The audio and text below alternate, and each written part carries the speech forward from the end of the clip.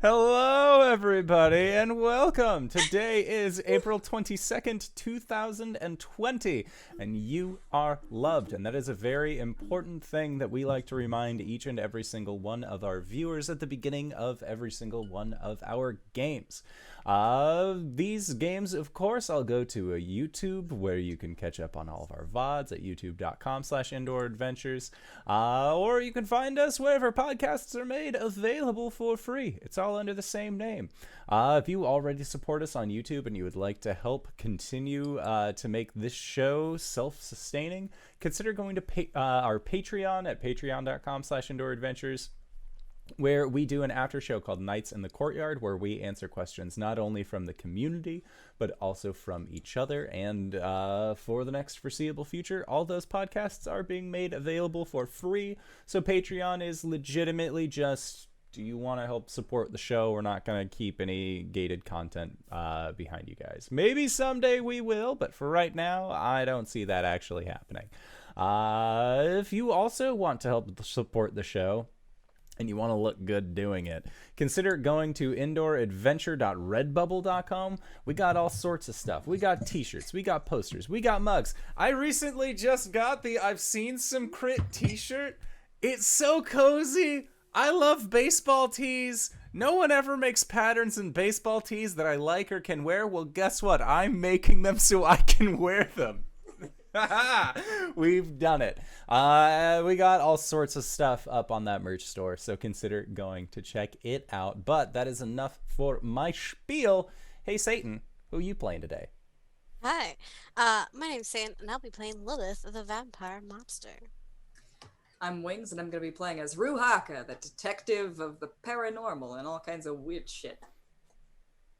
Hi, I'm Jen, and I'm going to be playing Beltane Hawthorne, the Fey mobster, right hand to Lilith. And I am the Indoor Adventurer, and tonight I shall be playing as Kane, a thief at a time. I'm GB, who can't listen to lists and just jumps in whenever. And I'll be your broadcaster tonight for another Monster Noire. All right, so GB, would you like to explain a little bit about this system before you give the recap? Yeah. So this is it's a nearly 100% impromptu game. We as Indor was saying earlier, he oops, that's today, and had a month to think about it. So we only play once a month. We made the system the night before we started playing. It was supposed to be a one-shot. I cobbled some of my favorite bits from different games together to create the system, and we loved it so much we've been playing it now for a year. Over a year. And so again, we come back to it all the time. My goal as a DM is to come into it with no prep and just play. And the system itself is 2d6. It's just kind of simple, easy, with some fate and some twists to it. The characters are able to push the story, and it's fabulous and fun. I love it so much. Now, backstory: when we last left our adventurers, they were about to begin a wild hunt with a certain Fergus, a leprechaun who was guarding slash stealing slash... Anyway, he was a leprechaun, and he was taking Lilith's hooch trucks out. And what are the other important parts there? A werewolf was gunned down by Ruharker with silver bullets. As kind of a vengeance from her lost husband. And maybe I'll let Rue, if you're ready, Rue, maybe explain a little bit about how you lost your husband and why you would gun down a werewolf. Absolutely. So every time he was silent throughout the entire intro, and just this moment he's decided he's gonna tell it. This is the lamentations of Rue's past. She started off as a cop, and she was living happily, just kind of working the beat and doing her thing. The only problem is that she can see through the veil, and while she is completely normal and mortal and such, she was aware of all of the strange happenings going on that other Mundies aren't quite so privy to. And as great power comes great responsibility, such a thing. She got a little bit too deep into the magical world, and her poor fiance got caught in the middle of it, and he wound up getting turned into a werewolf and attacked her. She had to put him down. And so that is her terrible dark past, and she has ever since been trying to seek out the werewolf that turned him. And honestly, she's not a huge fan of other werewolves either. Which brings us to today. Uh, you might be wondering how I got myself into this situation. She's just like unloading silver bullet after silver bullet into this bekilted werewolf. If I remember correctly, he wore a kilt. Yeah, because Kane couldn't stop laughing about it. Yeah, and Kane couldn't stop laughing about it. It's still really funny. And that's the part I should have explained too, that the genre here is, it's Prohibition, it's the 20s, it's monster noir, like basically set supernatural, Hellboy, anything like that in the 20s. There is a veil that keeps most people from seeing trolls and fairies and whatnot, but they exist and they live in our world with everyone else.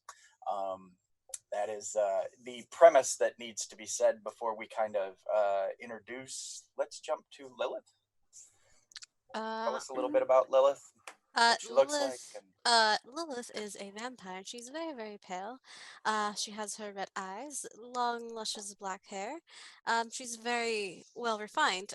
She is a French vampire.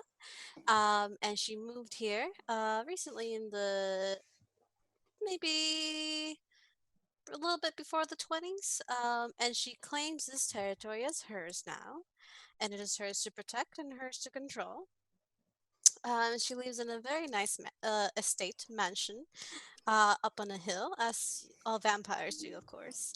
And she came with her right hand, Beltane, to start her own little area of power here in the Americas.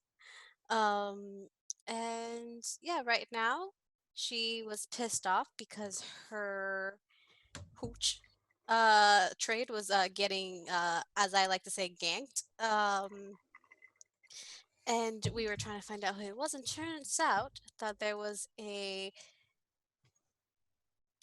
owl? No, what? Leprechaun. Leprechaun. Leprechaun.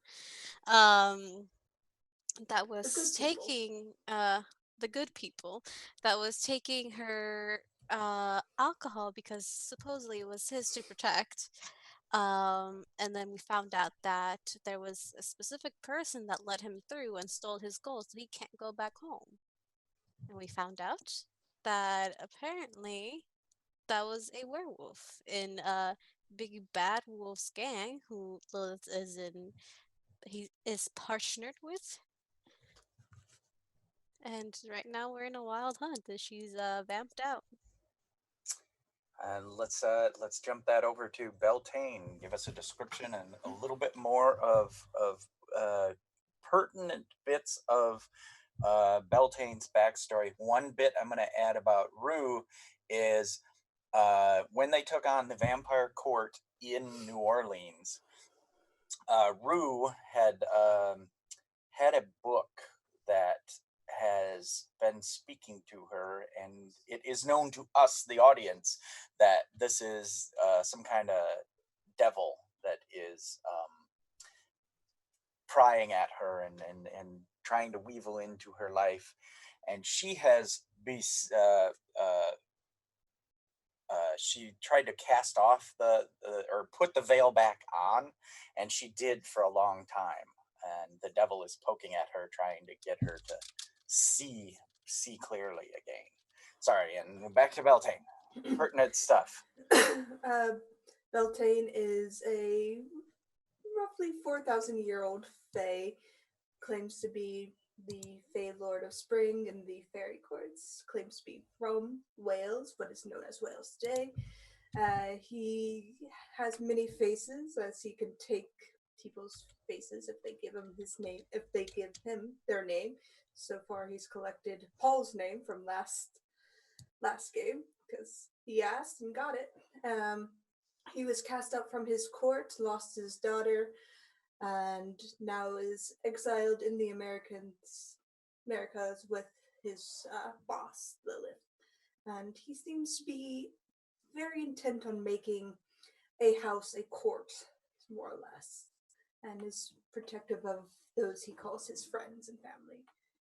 Much to his dismay, they don't always listen to him. Kate, Rue. But he loves them anyways.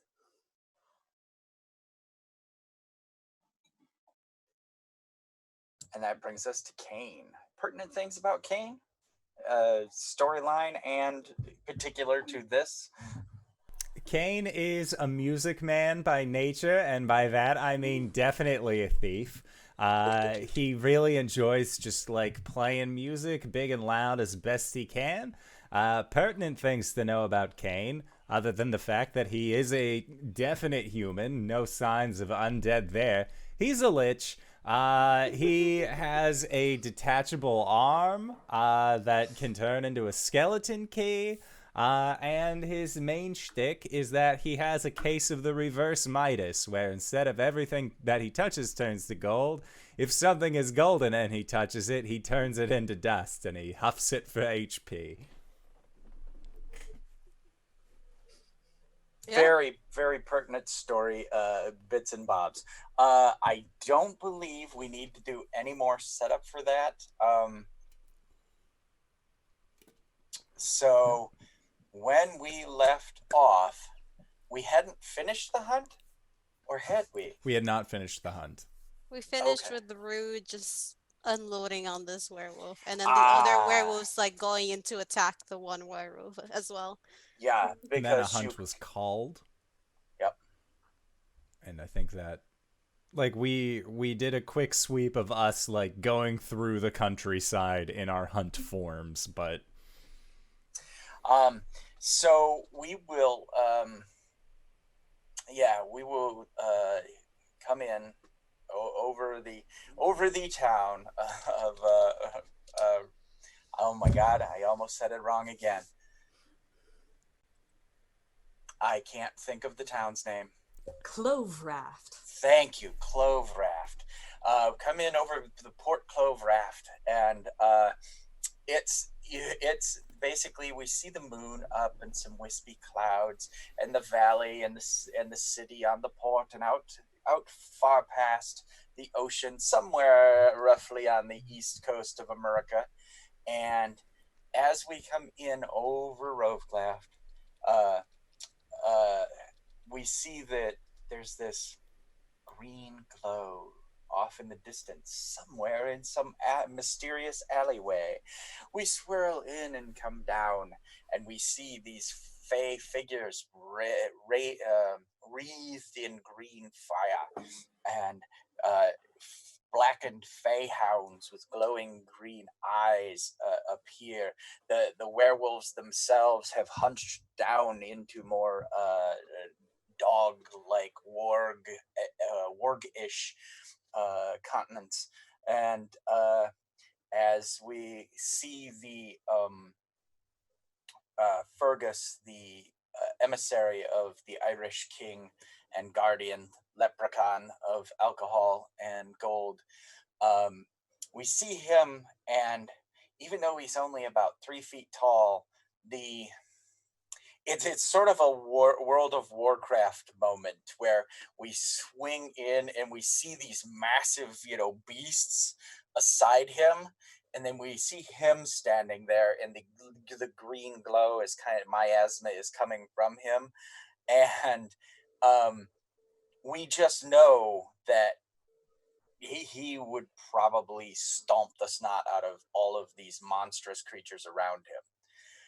At that, the wild hunt begins. The green miasma moves across the countryside. We're back above from our beginning position, and we see the green zip through at an impossible speed through the streets and off into the woods. All manner of beasts are fleeing from this wild hunt. They we see in the moonlight cascading down, we see birds leaving their roosts at night. We see deer fleeing aside, and at the pace deer can speed, this green arrow of the hunt whips past them as if they're standing still. As it moves, we realize that it is no longer even in the same state it was in. It's zipping along, almost in a different realm. We still know that it's moving, but the landscape is changing so quickly and coming past us so fast that we're only kind of getting like a janked still of, oh, this is probably probably like Maryland or such.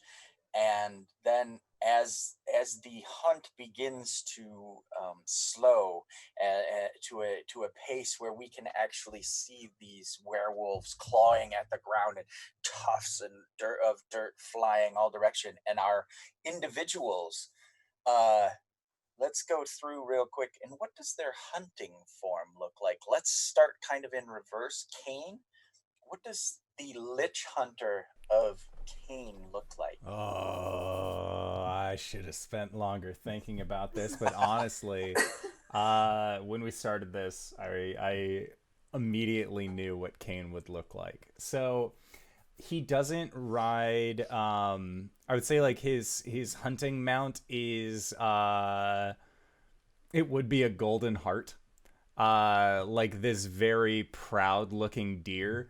But rather than riding on it saddle style like a European or any other kind of individual would, he is like squatted up so both of his feet are planted on the back of this deer, and in one hand he's like holding onto its neck as it bounds forward. He's wearing this like dark colored armor almost, and he has a cowl up, and beneath the cowl there is just this silvered mask of a skull that, as the camera is whipping by, there are just these twin green tracers of where his eyes would be. And along the armor that it has, there are like almost spines that come up that look like when Sonic is spinning, how he has those quills about him. Those are the quills that are coming off of Cain's armor. And on his left-hand side, where his arm is detachable, on his forearm, or no, forearm's down there. So on his bicep, there is just this thick, dark chain that is wrapped around the bicep that extends down onto the forearm of this incredibly clawed hand. Like the armor on there looks like the fingertips themselves would be razor sharp. And as the camera switches away, it's him like pumping his arm back and shoving his hand out, and you can see that his detached razor hand is attached to the chain that's on his forearm that he's just able to kind of whip around. Very nice, very nice. Beltane, what is your wild form? Beltane has a deep mossy skin made of bark, made of ash wood, made of oak. It's just a blending of sacred trees that the Fae hold dear. His armor's made of basalt, slate, volcanic rock, deep limestone colors, and granite kind of fill out his uniform. His hair is long and white, and he has what looks to be will-o-wisp just floating around him in a deep blue green color, just starting around him as his wings are a bright blue color that almost like those beautiful blue butterflies you can see sometimes, and the others are that of leaves and owl eyes. He has a secondary set of wings that look like raven wings, and a third set that look like owls, then look like jackdaws. Nice. His hands are long and spiny like vines, like roots. His eyes are deep black color, with just the hint of yellow flame within them. He's taken more up of a observant position, watching his friends, keeping them safe. He's holding a traditional spear and what looks to be a wooden shield of sorts with a beautiful flower emblem across it, and he's riding a goat the size of a draft horse. Nice, amazing. Lilith, would you describe your wild hunt Lilith? Yes, Wild Hunt Lilith, instead of her usual pale skin, black hair, black outfit, her hair has turned pale as her skin, deathly white. Her eyes are no longer red, just iris red, or just completely black. They're just this glowing red that leaves trails as she moves and speeds through this hunt. Her hands are, her fingers are long and forming into dark tipped claws that have smoke trailing from them. And she's wearing this um almost armor made out of vines and thorns. And Nice. she has these whips of smoke just coming out of her hands that she can use to go to grab things and bring them to her so she can claw at them. Um, and the edges of her blur and she trails almost like smoke, like a she's very wraith like. Mhm. And all her teeth are sharp, and she's wearing this wicked smile. And her usual red lipstick lips are just blood stained. Nice. And she's actually riding this really big, beautiful um black stallion that looks to be made out of smoke with matching red eyes. That So and mhm, it's like a nightmare versus like yeah. okay, okay, And where you see this horse step, you see almost weirdly enough the uh organic matter dying, but then roots and thorns coming out from where their original green and lively um plants were. So nice. it's a new type of life, kind of. Briars and brambles. Mm-hmm. Okay. Well, that takes us right on to Rue. All right. So, Rue, all of her color is, well, most of her color is gone. Her whole body has gone kind of a grayscale tone. She's still wearing her trench coat and fedora, but all of the angles have become sharp and tattered. And like all of that grayscale is there, but her immaculately applied lipstick is bright red. And a while ago, I think on Christmas actually, she was actually murdered and brought back to life by Beltane. And she had become fey-touched for a while, and that has since been removed from her. But that sort of thing becomes there's a deep memory there, and the Wild Hunt has brought that back out. So in the place where she was shot in her torso, there are these soft spring flowers that have begun to bloom. However, they are surrounded by these roiling, twisting briars as they have been corrupted by the vengeance in her heart. And she is riding on a motorcycle. Because she's a human through and through. Yep. All right. And is it Maybe. is it like a hell-scaped motorcycle, or is it like a 1920s motorcycle? It's 1920s. She's They brought in a new artist for this particular issue. There's a lot of dark shadows now.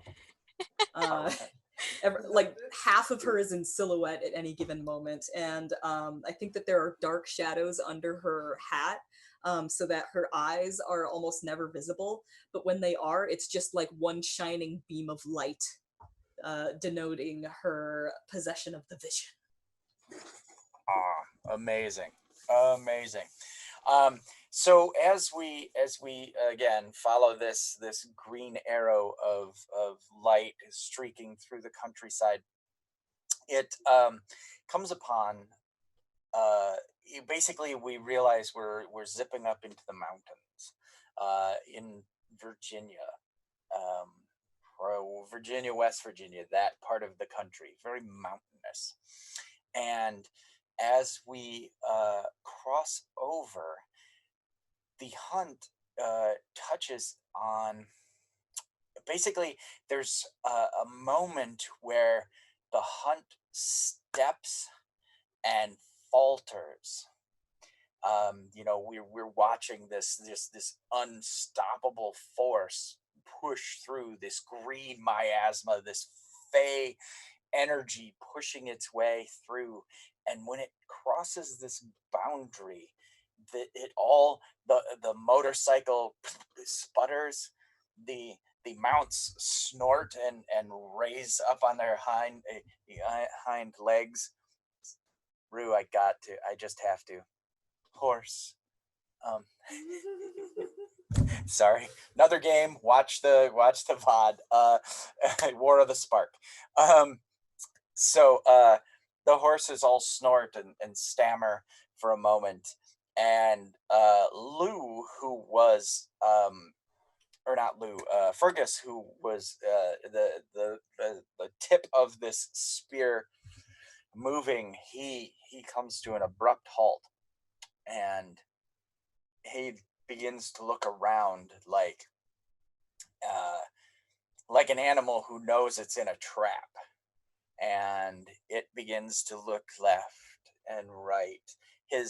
He looks like if Groot was a stump, and the little parts of his head are like spiked up, and he's wearing iron armor, which should totally be burning a fey, but because of his guardianship, it is not.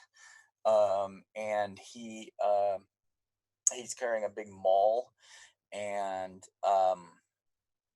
like I said, it stops, and he's looking about, and we swing out as the audience, and we see there's some kind of white light, some kind of something there. And Rue, from your satchel, you hear, "What the fuck is this?" Do you answer? Either out loud or in your mind? I tell it, "Shut the fuck up. I'm trying to work here." And I'm gonna try and see like what is this? Like I'm gonna use my knowledge of the arcane to try and figure it out. Okay. Yeah. Give me a brains roll. Brains with D6s that I definitely had ready to go. I cleaned off my desk today, so all my dice have been put away. No. Oh no, I opened up the wrong character sheet. Somehow. There you are, my beautiful girl. 6. 7.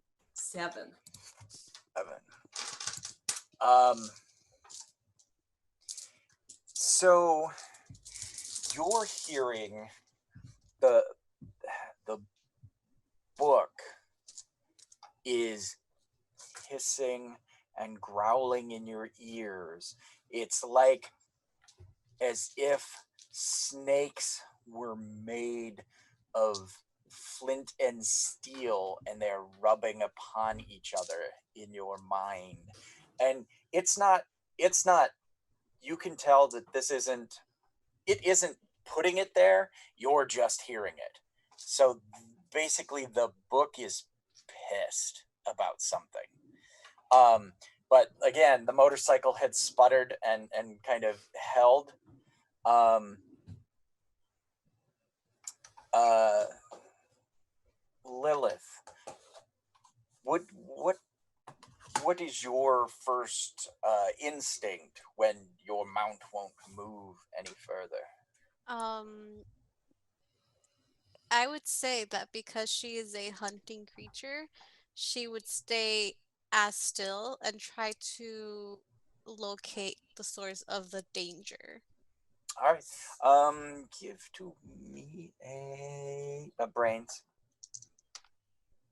Uh, uh, three? All right. Um, yeah, Guess what, guys? I yeah, have enough XP to level up now. All right. And you realize in your looking about, you become completely still, and in the music, the background, what we as the audience hear is this violin, and you know that this werewolf next to you is the cause of stopping the hunt, and you just stick your whips lash about the werewolf and kind of spin about him and just pull him into pieces. He becomes like mist of fur, gore and fur, and you begin to look about for where the sound is coming from now, because you've become confused. But before we do anything with that, Beltane, what is your reaction when the hunt stops? You know in your mind this isn't a possibility. This isn't something that occurs. Um, the hunt is in basically it's the immovable object and the unstoppable force have collided. I'll get off my mount and kind of circle to the front in front of everybody, let a fiery crown cross my head and look around and kind of strike my staff against the ground. Okay. Almost demanding without speaking. And as you're well, go ahead and give me a moxie roll.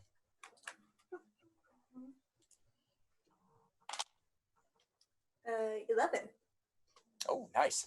So, and we see the when the shaft of your spear strikes the ground itself ripples out, and the green miasma goes with it. And as it comes forward, it strikes like a wall. It strikes, and we see a white, like a force field, how they show in superhero movies, like a force field come up, and it strikes that, and there's a like an angelic note that occurs, and Rue, at that angelic note, you're the hissing flint and steel snakes, seem to growl. Kane, what did it look like when you were stopped? So Kane, because he is in like this squat like formation whenever they have been moving, when his deer mount comes to a stop, I imagine that it is very much like a deer tilts forward and sort of bucks him, but because he is in this almost spring-like state at all times, he just hops off the horse and then hops off this deer and finds himself in a tree. And then as this like celestial like oh is happening, you see him pull out a harmonica and try and match it. Okay. Yeah, he finds the note. Though in comparison, it is it is non-angelic, Oh but yeah. you're a trained musician, and so to us it's like, it really does sound It like harmonizes, and that's what matters. yeah, okay, yeah. Um, so yeah, you found the note. You're in a squat position upon this tree.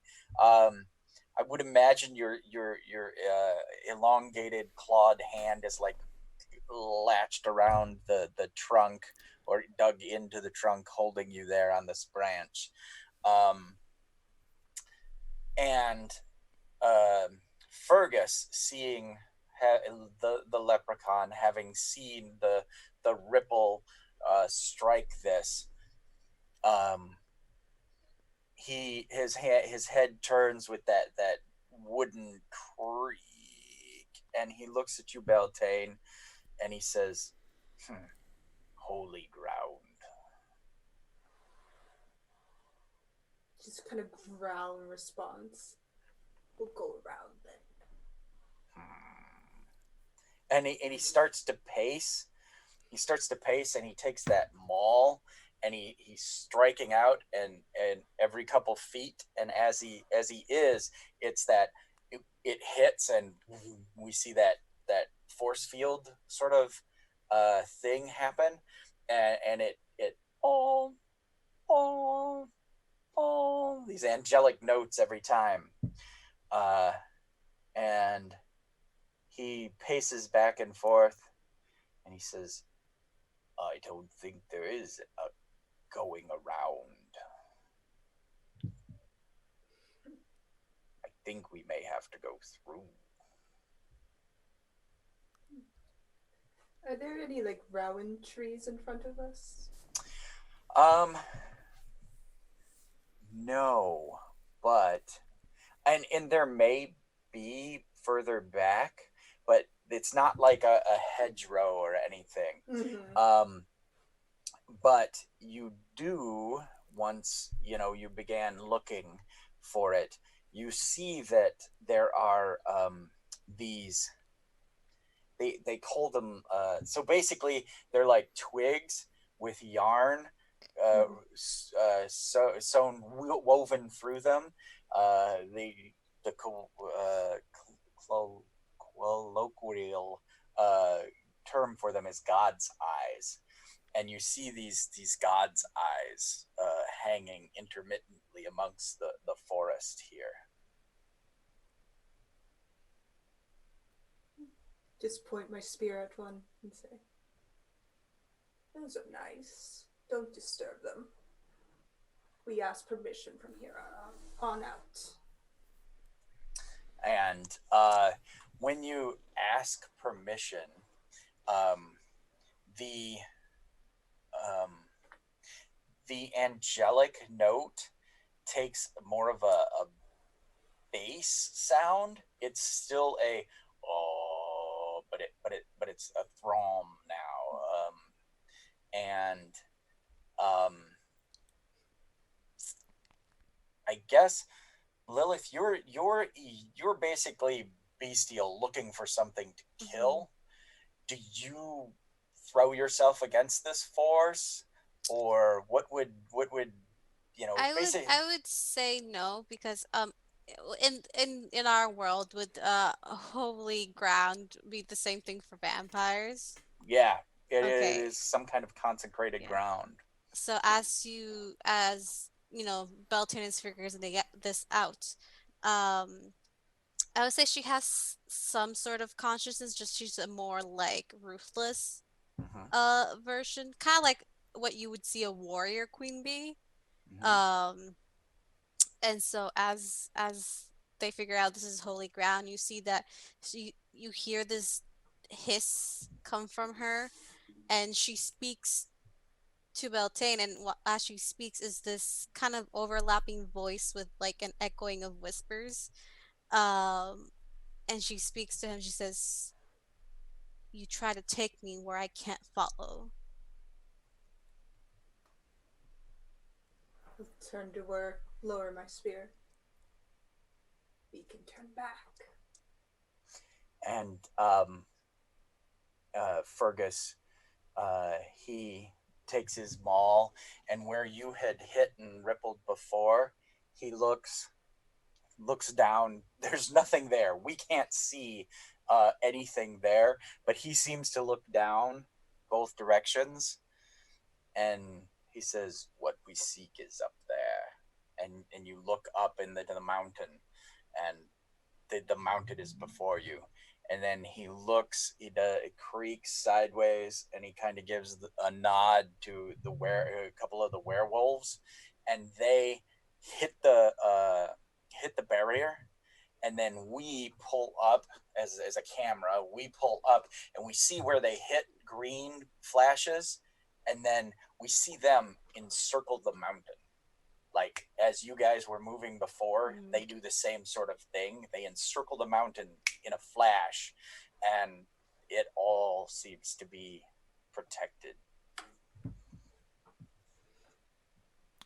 Kane is going to hop down in front of this barrier, and with his clawed hand, he just kind of like clacks at it to see like how much pressure is going to cause it to pop back. So have we established, is Kane's situation a curse, or what is the root? He feels like it's almost a curse, because the way that he got it was not a way that you typically receive a blessing. But at the same time, he was cursed with the possibility of living forever, which almost seems like a blessing. Okay. And what was the origin of it? Was it Egyptian? Yes. Or okay. All right. So as you test the waters with your elongated claw,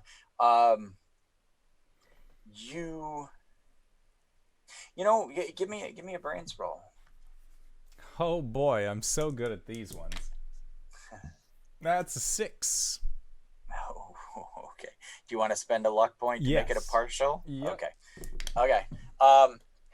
As you tap it, you get this weird vision. You see these pyramids. You see these jackal men. You see sands running through an hourglass. You see a man who doesn't look like the jackal men. He seems to be throwing down a staff or something, and calling out, and you see lightning in the background. And I mean, this all comes to you as like a flash of that your magics and these magics are intertwined but opposed. Oh yeah. Yeah, because what he's wanting to do, in his mind, this is like glass. This is just a very weird kind of glass, but he knows the frequency that it makes. So he basically wants to either like on his accordion or on his harmonica play the same frequency that the force field is making, and then just like keep trying to like poke at it to see if the longer that he maintains this note, if he can start seeing chips or breaks from where it is, just so that way it resonates at roughly where it's supposed to be. All right.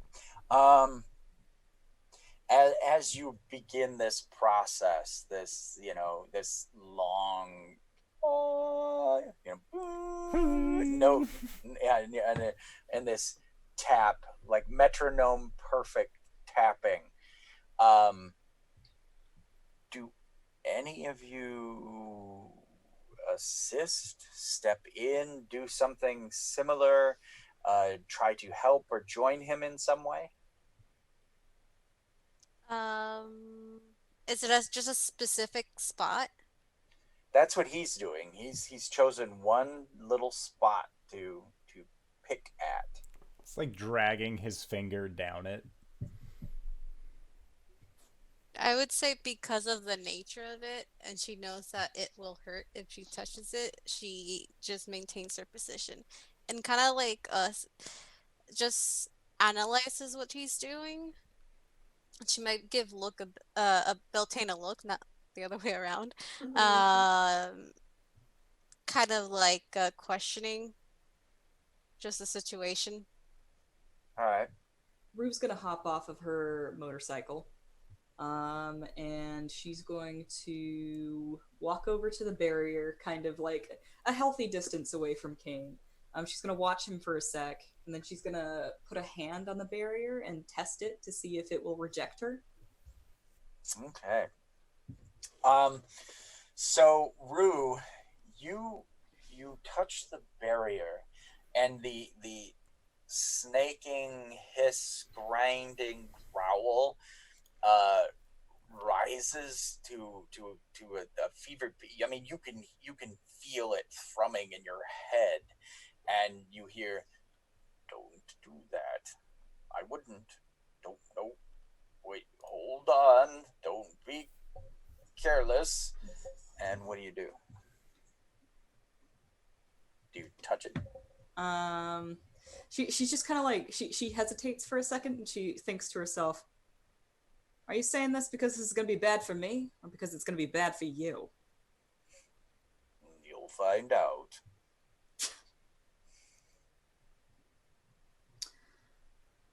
Harker still has that feather, right? As far as I know, probably in her satchel. She will retreat from the barrier, and she will get out that feather. It's pristine. It's it hasn't aged or yellowed or anything. She'll examine it for a little bit, and then she's going to call on the being that gave it to her.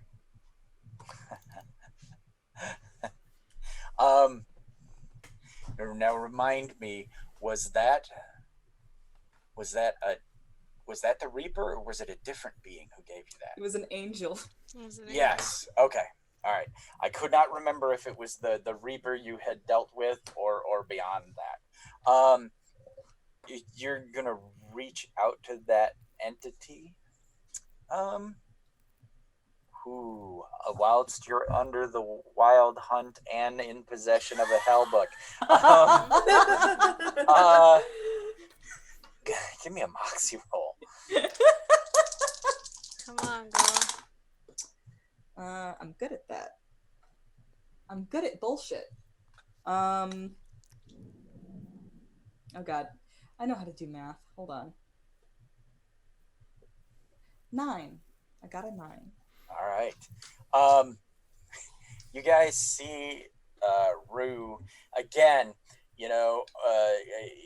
in all Wild Hunt Fey regalia, standing next to her motorcycle hell steed or Fey steed, and she's looking at this feather, and she kind of reaches out, and she suddenly compulsively completely flexes and looks at the sky, almost as if like she's gonna speak in tongues, and words come out, but again, all you hear is this note, this angelic notes, and we see light spring from her eyes and mouth, and she looks up, and a lightning bolt strikes, and Rue is thrown from the wild hunt, and we still see her wild hunt form standing there, but we see Rue thrown from it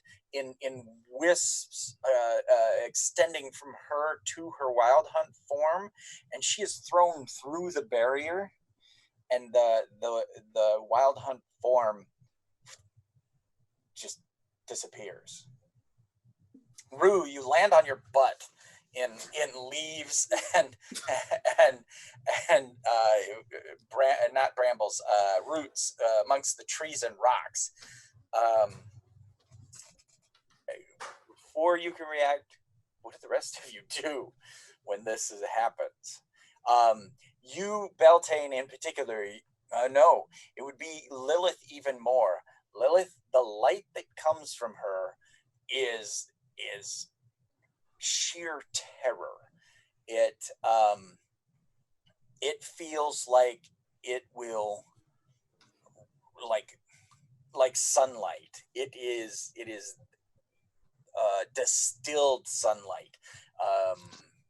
The essence of the power of the sun, basically, that kind of painful experience. If that light had fallen upon you, you could feel it from here, from your distant 20-30 feet away.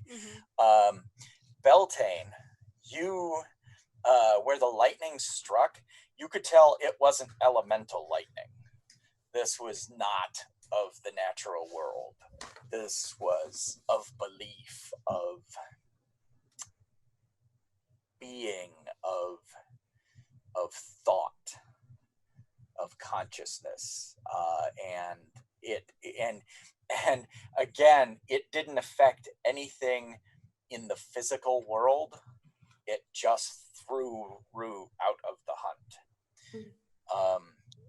Cain, you're harmonizing and clacking, and all of a sudden Rue just goes straight through the barrier. What do you do? Everybody but Rue. Cain is going to stand up, but he's not his full height. He's still kind of hunched.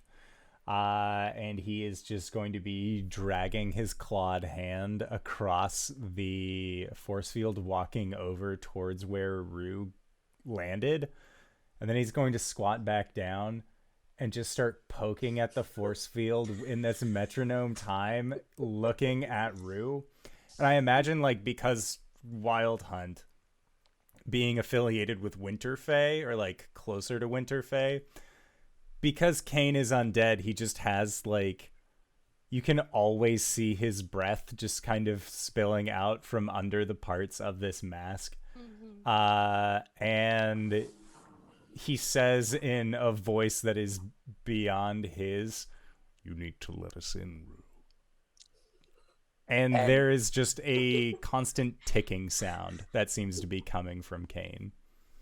And we, as the audience, we know that your ticking is matching the watch that you have, the timepiece.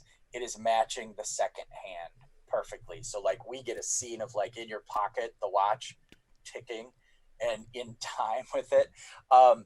And as you walked along and were, scraping your claws across this, we could hear the agonized screams of souls long lost to different battles and such over time. And maybe we get flashes of the lost tribes from biblical times. We see concentration camp individuals, people in concentration camps in agony. There's everywhere that there was pain and strife amongst religious individuals. There's this sort of mashup where and you're not feeling anything, but we as the audience see these two magics fighting each other as you drag your claws down the side of the barrier, and you say to Rue, let me in, or you have to let us in. You have to let us in, Rue. I would have shielded Lilith with my wings from the light before going towards the barrier, crouching down next to Cain and lowering my spear, watching Rue. Rue, you're Rue Harker again. Sitting there on the rocks and the roots amongst the believes. The mental image of this is great. She's like lying in like dirt and leaves and detritus, and she looks up and sees them in all their glory in their like wild shape form, but they're also kind of just crouched down, just sort of like peek, peek, peek, let me in, Rue. She startles a little bit and like checks herself to make sure she's still alive. She didn't just get smote by a higher being. She'll scramble to her feet and kind of look around. Well, oh god, no, fuck, Baz is back again to play. Ruhaka is here to play, not Baz. Just give me a second, okay? And she's gonna reach out again at the barrier. I think at this time she just touches it without thinking. There's no barrier there. Nothing from this part. Does she reach out and like pap Kane on the forehead?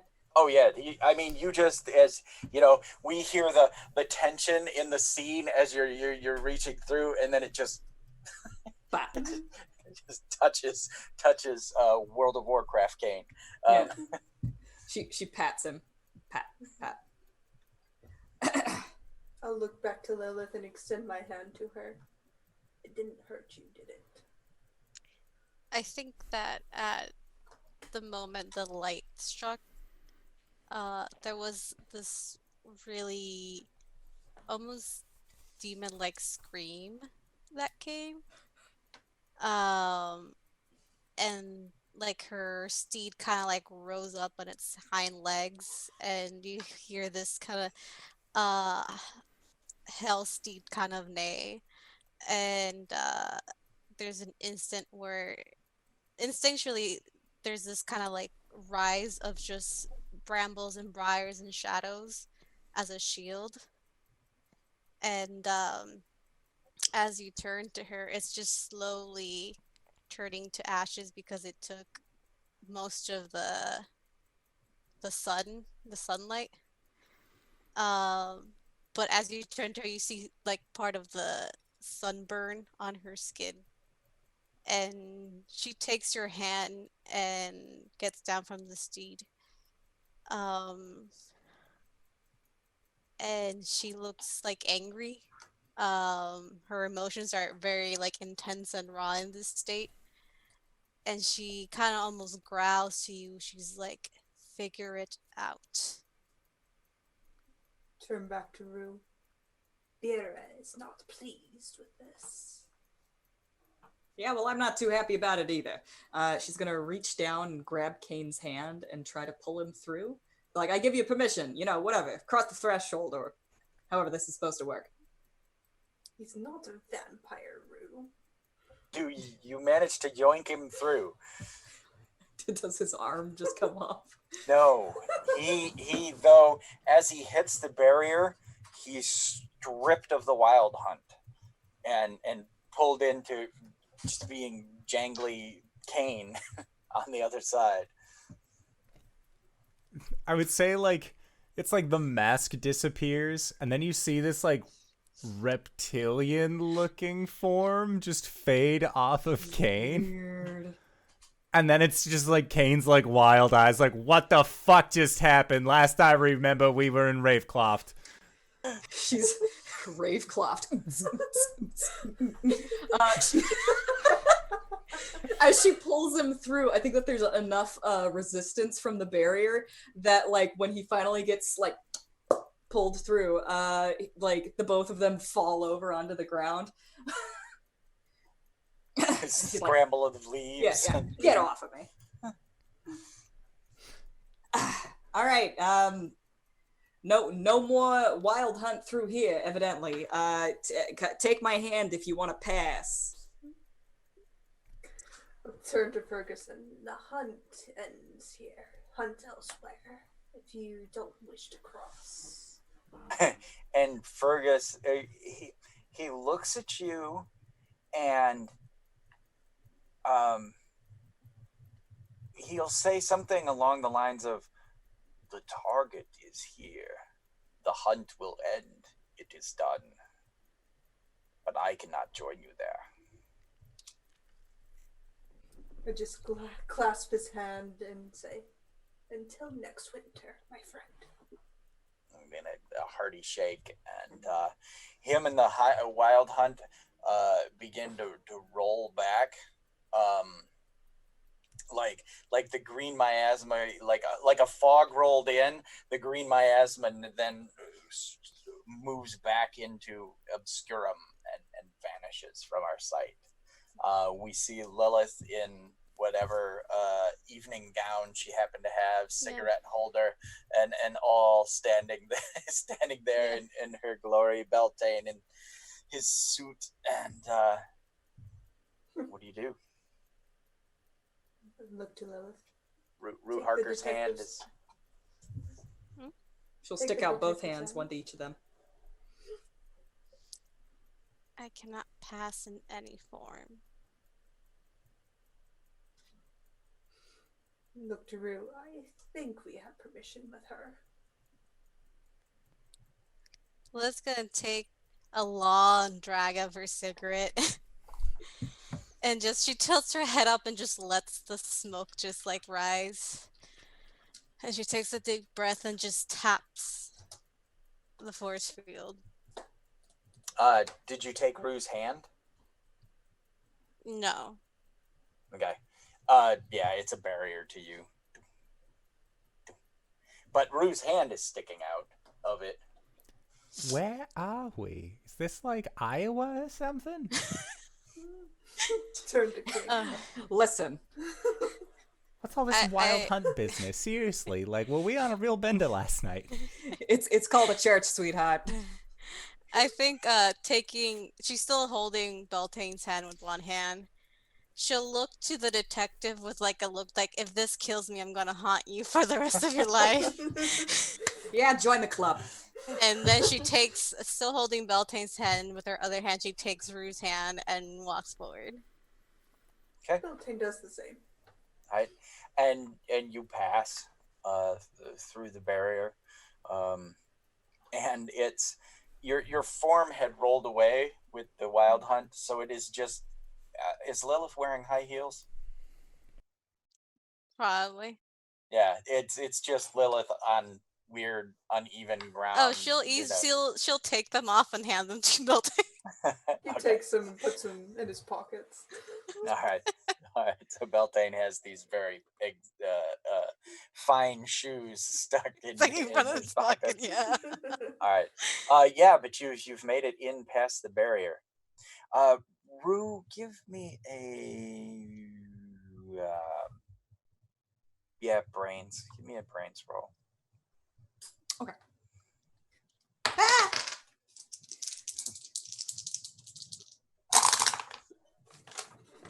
Now, I don't necessarily have brains, but I have an ability that helps me with brains type stuff. Okay. I think that we had considered changing it, though, on account of being able to use luck more often. Did we decide that luck was going to be a reroll, or... I think you can use like all your luck to reroll, or You can spend 1 point to add 1 point. You can spend 3 points to reroll, or 1 for 1 to add to a dice. Mm-hmm. Okay. Well, with my know thy enemy, it's written as reroll for int checks to, or brains, quote unquote, to recall information on supernatural. And this is not that. So it's just your brains. In that case, it's a 5. All right. Boy. All right. Yeah. So in clear D&D fashion, you don't notice anything. Excellent. Good. Good. You're past the barrier.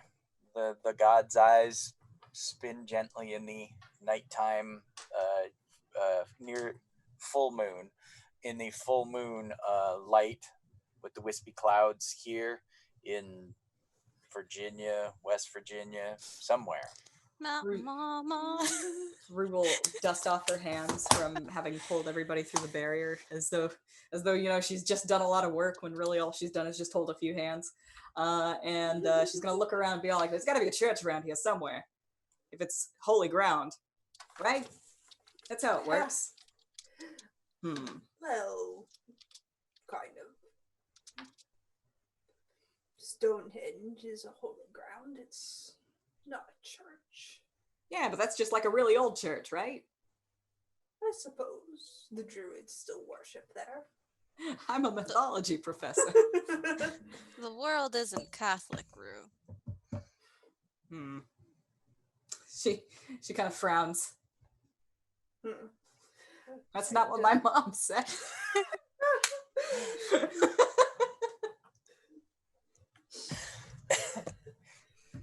Whatever it is, can we try and figure this out? This place is making me nauseous. She takes another drag of her cigarette. All right.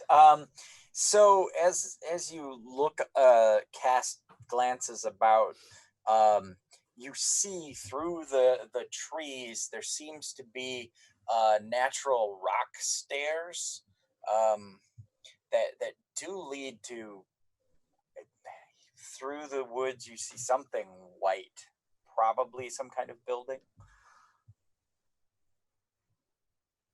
Now, if there is a horseshoe above the door, I'll need somebody to take it down. You move through the forest towards the white building. Yes. Yeah. As you approach, you see these Karens, except they're not tall. They're laid out, and there's these white crosses in them. And those of you who have the sight, you see these spirits standing there watching you angrily. And they're, some of them are children, and they still too are looking at you angrily. Old women, men, they're all watching you. Kane, since you have a partial sight, you see weird, ghostly fogginess of some kind. I feel like if he didn't have like a full sight thing going on, being involved in the wild hunt probably kickstarted it enough that he's fine now for a little bit. Okay. All right. Yeah. Then you see the people, the ghosts all standing, in their Karens, watching you approach this building. I think subconsciously, like, Lilith never let go of Beltan's hand. Like, she's still holding on to it as they walk forward. Rue gives those ghosts a side eye and says, "Let's try to be quick here. We don't want to outstay our welcome." And one of them gives you kind of a, I'll take out some gold coins and just lay them at the base of each of the Karens. Oh. Sign of respect. Kane Don't sees touch it them. and just like, can't do it. These are offerings. When you do it, you start laying the coins down. These ghosts look pissed. Oh, they look angry, and like you have basically you're in vampire movies, like holy wafers touching a vampire will burn them. That's how they're looking at these coins being placed, with just I'll take them away. vengeance. And their vengefulness seems to that the removal assuages their vengefulness. Can So I you play see- the ghosts a song to help calm them down? Sure. What instruments do you have with you other than I have a mini harmonica? accordion and a harmonica. All right. So what do you play? I will play them Church him. Probably no. Probably an Irish ditty about being respectful to nature and stuff. Okay, they as you begin this song, they the elders, the old woman ghost, and like the men and stuff, they begin to come off their cairns. They're moving across the cairns and start to exit the cairns, and they're coming towards you as you're playing this. It's gonna keep playing. Rue, you may now use your Know Thy Enemy. Oh dear. I'm They sure just wanna they're all ask for friendly requests, and kind. They're asking for I'll requests. look to Lilith. Well, they're not Draugr. Draugr love coins. I don't really need it. I got a 9. Okay. I think 9 is 9 a partial success? It's a partial. 9 is a partial. Do you want to Okay. spend a luck and push it to 10, or just take the partial? Trying to remember how much luck I have. I thought I had been tracking that, but I don't see it here. Agility and charm +1. Oh, there it is. I found it. Yeah, sure. Why not? Okay. As the ghosts begin to reach out angrily at Kane, you seem to remember that, only hymns would be acceptable. Music is of the devil. This is an affront to God. This dancing leads to sex. And this is unforgivable sin. They are hearing this might as well be a parade of prostitutes upon their hallowed ground. I'm gonna dig an elbow into Kane's ribs, and I'm gonna say, hey, these folks like to leave room for Jesus. You know, in Amazing Grace. Kyrie Jesu Domine. All right. The outstretched, farm rough life hands that were reaching for you move back, and they glide back onto their cairns. And before We'll you do church hymns. and before you lies this small little white church. All right. And is that a good place for us to go to break? Yeah, that's a great place. Awesome. All right. So with that, I would like to say, GB, thank you for running this game. We are going to try and be back in 5 to 10 minutes. So don't go no place unless it is to grab a food, grab a drink, grab a friend, or possibly go to indooradventure.redbubble.com. Pick yourself up something nice, and we'll see you guys shortly. All right, everybody. See you soon. Bye. Hello, everybody. We are back. We have returned. We have fixed the broadcaster's microphone issue. Although, honestly, it wasn't really an issue. It sounded pretty fun. The issue.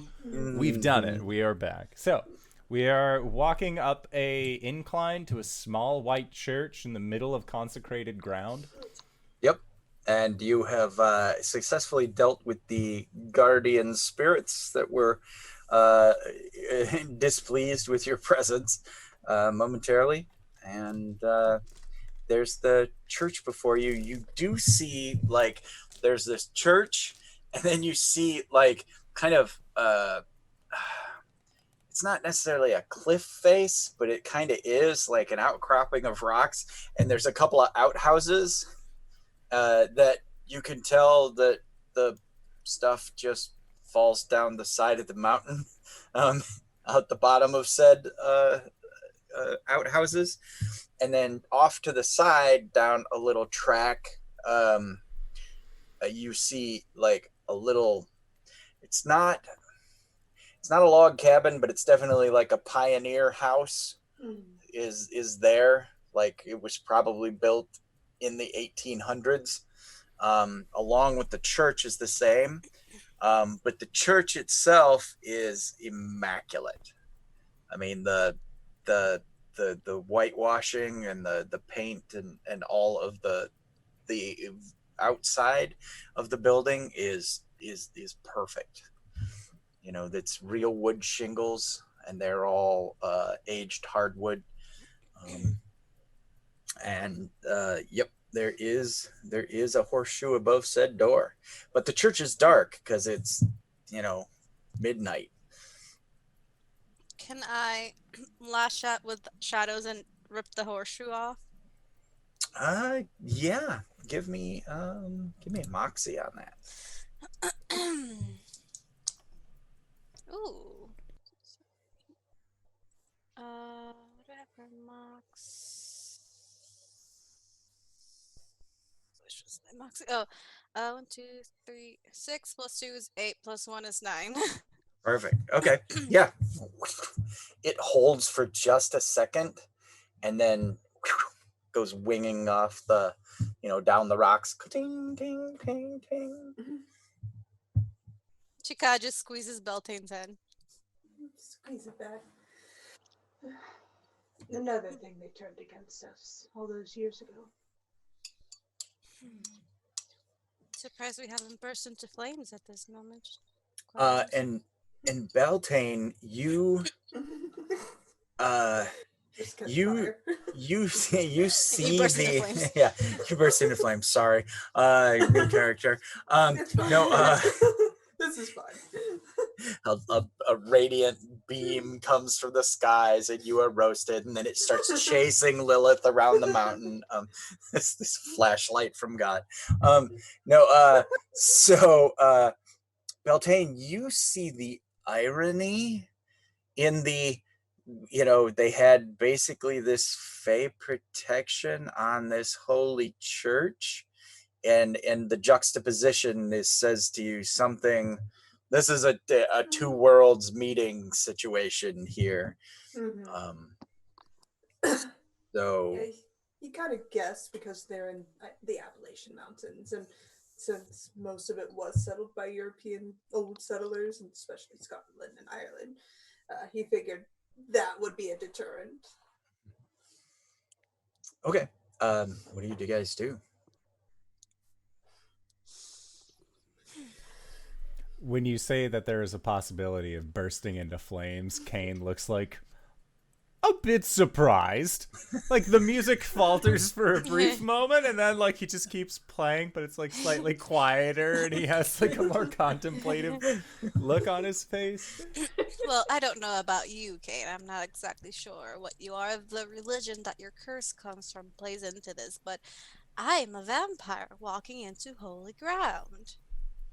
Do you connect the two? Yes. Okay, good. At least he knows that much, honey. I don't. Okay. Does Kane actually say I don't? He just sort of like whispers it very quietly. Vampire hearing. Oh God, I was so wrong. Well, are we supposed to go into this place? I'm not sure if I can. Supposed but... to lure out whatever's in there?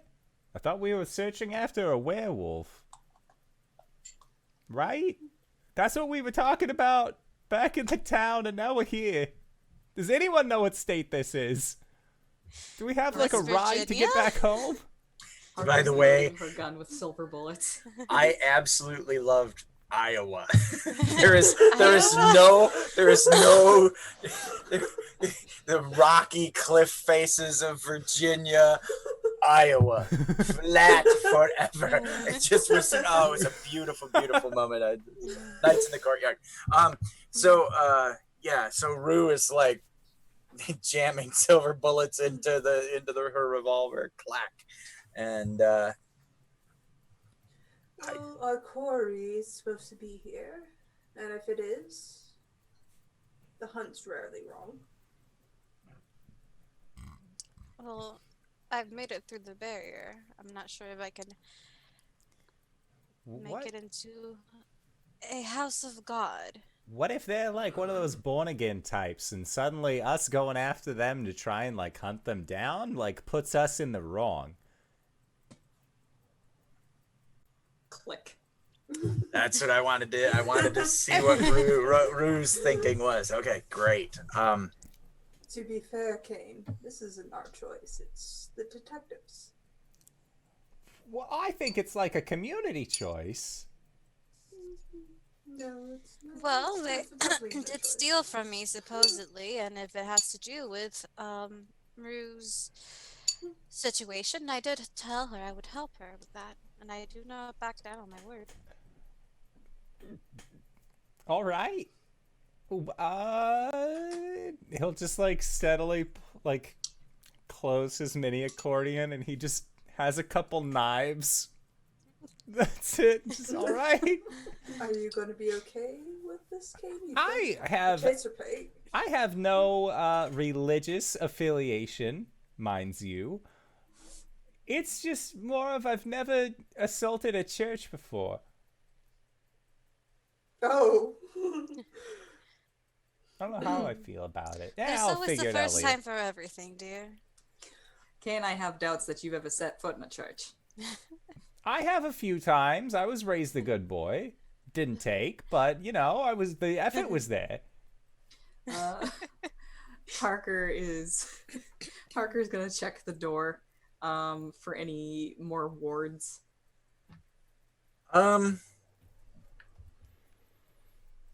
No, you try it's like a little thumb latchy, you know, in a wrought iron handle. Yep, she'll try it. Clink. It opens. Click. Dark inside. It is. Door does not creak. Oh. Yeah, and just literally you would think it would, because this is, even in the 1920s, this is probably almost 100 years old. Right. And so door swings open. Yeah, it's just seems to be a very simple, very well constructed church. Pews stretch out before. There's an altar, a pulpit. Do you step inside? Mm-hmm. All right. The rest of you follow? Yeah. Okay. I think Lilith's on the back, and you could see Beltane entering with like she's still holding his hand, but it's Beltane, and she's like hesitating for a moment, and then like she goes in. Okay. Yeah, you step inside. Kane, as the moon, we see the moon as the audience, and the clouds the wispy clouds move aside, and then we're back in the church, and we see coming through the window, the moonlight comes in, and there's the glint of gold upon the altar ahead. The first thing you hear from Lilith is "Don't." There's candlesticks. There's a vessel, some kind of chalice. There's the cross itself there is golden. I feel like this is a chocolate dog dilemma. You explain. Chocolate's bad for dogs. Dogs shouldn't have chocolate. Oh. They that explains shouldn't. a lot. Oh no! But they want it. Really bad. Like if you have a cake out on a table and it's fresh and it's warm and it smells great, a dog is just gonna rush up and try and eat the whole fucking thing. That is my chocolate cake. He points towards the grail that's sitting there. I'm going to be frank, I won't stop you. Lilith might, but I won't. And that's what I'm afraid of. Harker is side-eyeing the dark corners of the church, just kind of stalking through, gun at the ready. Okay. And as we see Harker moving up the aisle, we look past Harker as a view. We see like a profile of her, and we see those Karens out there and the spirits, these rustic individuals glaring now at you guys walking along watching Harker. You guys don't necessarily notice this, but we as the audience see it is like a foreshadowing, foreboding situation. You get up to the altar. Does anyone have a flashlight or anything? Because No. other than Lilith, I don't think any of you can really see in the dark. Oh, real quick, Beltane, by the way, everything here looks black and white to you. Ever since you stepped through the barrier, the natural, the trees, everything looks grayscale to you. It all looks, it is nature, but give me a brains roll real quick. Okay.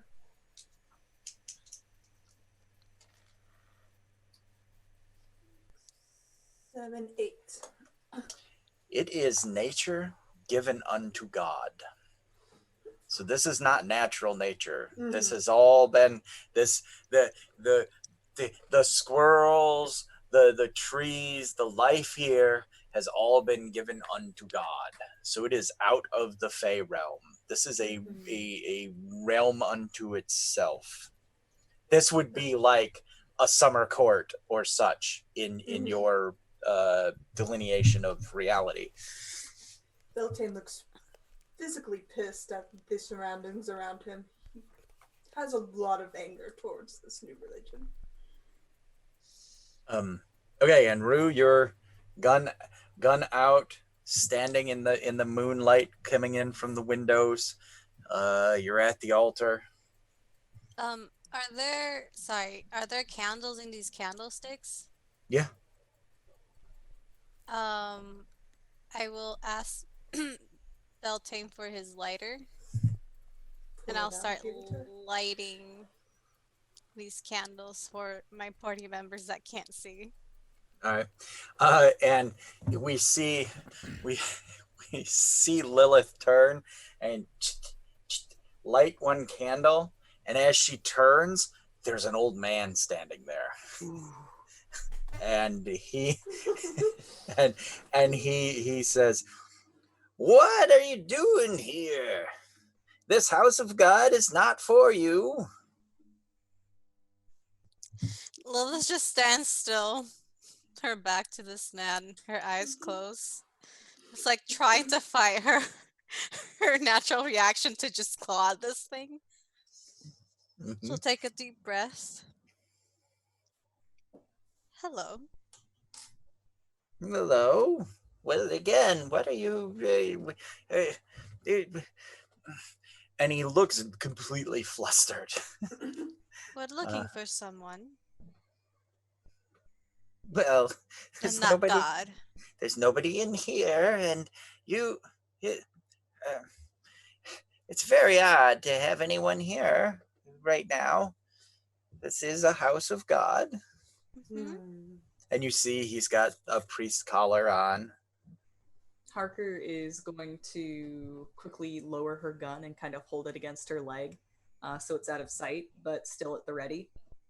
And she'll reach into her pocket and grab something. And she'll say, "Oh, sorry, Father, is it? Father Adams, are you lost? How did you get up the mountain?" She reaches out to shake his hand, but she does so with her left hand. Okay. Because the right one's still holding her gun. So that's one weird thing. And as his hand connects with hers, she's got a silver bullet in her palm. Okay.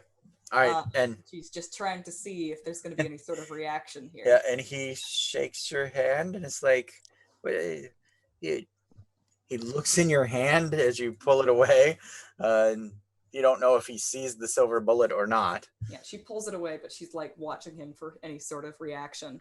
Yeah, no, he just seemed interested to what you were doing and why you shook with your left hand, and now he's kind of giving you the side eye, like,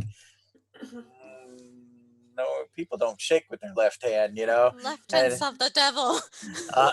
that's exactly, you think he's thinking that. And he begins to like look you all over, and you can feel that it's a different look, like he's looking with the sight, but a different kind of sight.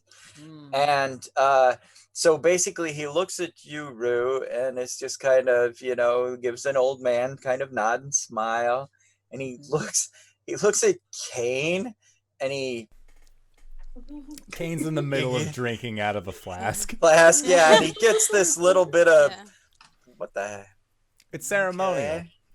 Yeah, and he looks at Beltane, and he kind of draws back a little bit, like he doesn't know what to make of you, kind of thing. And then he looks at Lilith, and he gets a little scared. And she's just lighting a cigarette while looking directly at him. Yeah, next to Beltane. And that's Rue, where you see he raises his hand up and touches the silver crucifix around his neck. And he says, I maybe you should all go and leave this house of God. I don't understand. Nothing I'd love to do more, she says, and she kind of steps between him and Lilith to kind of get into his line of sight. And she says, we're actually looking for someone. Okay. Someone who's a little bit along the lines of what you might be seeing over here. You know, she just kind of like gestures to all of her friends. Oh, okay. To them as a group. Yeah. And he kind of steps in a way that he, because you're between him and this massive the altar and this massive open Bible that is there, and the rectory behind you all, and he kind of like he's gonna go that way, but then he can't really find a way around the monsters in front of him to get to his accoutrement, as it were. And he says, well, everyone can be redeemed. All souls are, and then he kind of falters and looks at Lilith like there is no soul there, you know. He's just kind of like stops in the middle of his sentence, and all souls may be redeemed. All people may come unto God. She just kind of you just hear a laugh from Lilith. Yeah, she looks back at Lilith and then looks back at him and says, it's a sin to lie, sir. And he does a little sign of the cross. Yeah, Kane? Just say a couple Hail Marys or whatever. I'm sure it'll be fine. And he says, I have redeemed many. All you have to do is accept his power. Redeemed anybody recently? Like tonight? Tonight? Sir, No. I'm a detective. Okay. And when you say that, he give me a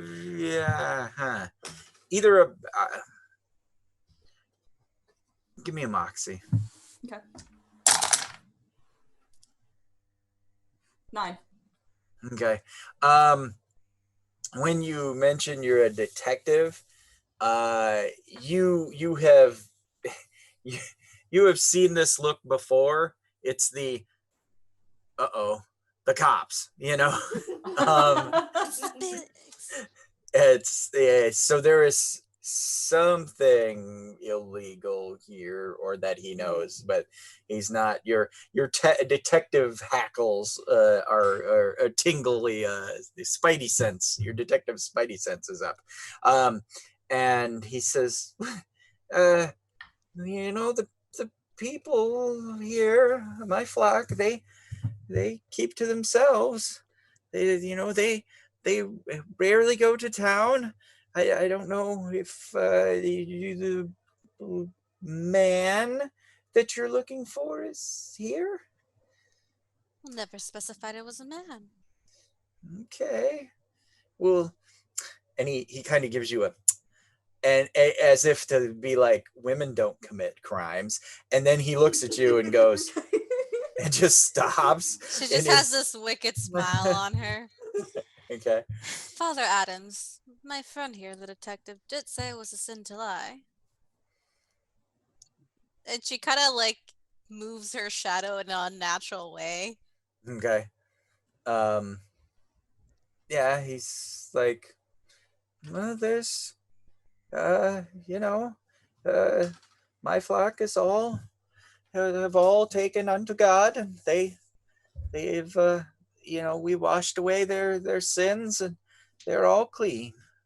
Harker is going to pivot her investigation a little bit, and she's going to take a quick look around and see if she can't figure out what exactly he's doing that might be kind of against the law. It's always drugs when it comes to churches. So yeah, Sorry. give me a brains roll. 6. Oh, you'd spend luck to get that across the line of scrimmage. I have a question. Sure. Luck refreshes at the beginning of every game? Yeah. Okay. Unless we're in the middle of a scene or an adventure, but Alright. we'll say that as of today that Because there are some versions of games that use this feature that like you run out of luck and you're dead. yeah, no, nothing as harsh as powered by the apocalypse type stuff. All right. Yeah, I'll go ahead and do that. Okay. Yeah, you happen to notice, like, just off to the side there are crates, and like empty crates, but they're the same crates that Lilith's hooch comes in. Harker's actually just gonna walk directly over to those crates and start like looking at them to kind of like lay the to basically show him that she's like either going to figure out what he's about or already knows. Does Lilith notice that these are her crates when the detective walks over? Oh, they're not her crates. They're like your crates. Yeah. Or are they her crates? They are directly the same crates of this. These crates are what her hooch comes in. So yeah, I guess Lilith, you would recognize them as the same crates that your stuff gets shipped in. Sorry, go ahead, Rue. I interrupted you. It's fine. She's gonna kind of look at them and lift the crate and just kind of like show it to the rest of the group nonchalantly. And she's like, I'm sure that there's plenty to find around here. I can keep looking until I find something, but as soon as I find what I'm looking for, I'm not gonna have any reason to look around anymore now, am I? The people, he says, the people, they indeed do business, and the outside world, they indeed have needed a product that the people make. And this guy's your supplier. Don't kill him. Father, You're in moonshine territory. Yeah.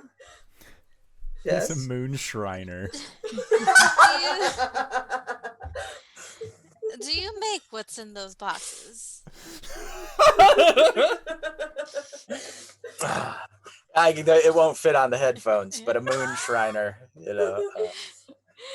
Okay. Do you make what's in those boxes? He says, no, those it's the people. They do that. The people as in your flock, or the people from the outside world? The people are part of my flock. Yes. This is my supplier. And, Yeah, you have a Oh. feeling if he is not, he's probably he probably gets the stuff from somewhere and passes it on to somewhere that has trucks. Like basically, this is probably the Yeah. place on the mountain that the trucks can get to. Yeah.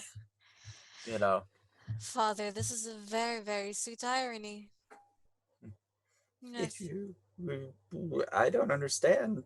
Do you He know where those almost goes. crates? He almost goes to call you my daughter, but then realizes, no, you are not of God. Do you know where those crates end up?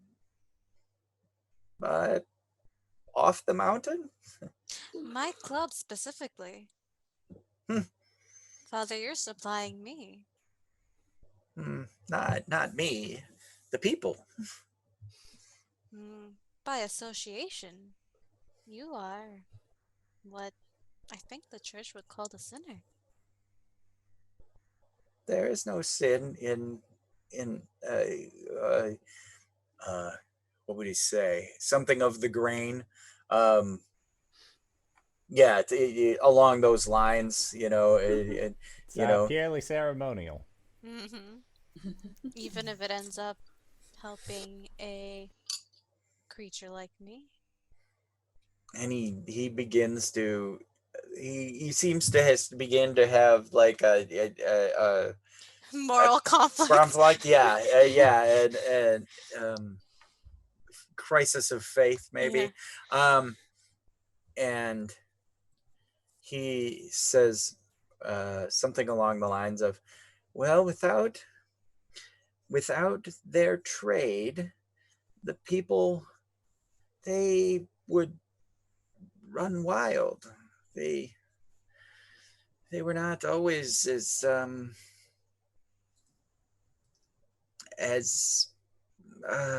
civilized before they were given religion. They ran like animals through these woods. She just looks to Beltane. His eyes are very narrow. He wants to say something vicious, but keeps himself in check. Father, there's someone that has been stealing what you help supply. And I've been told that that person is here.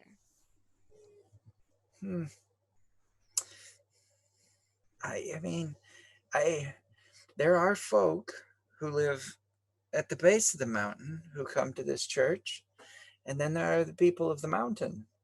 But the people of the mountain wouldn't steal from you because they're the ones who are making it for you.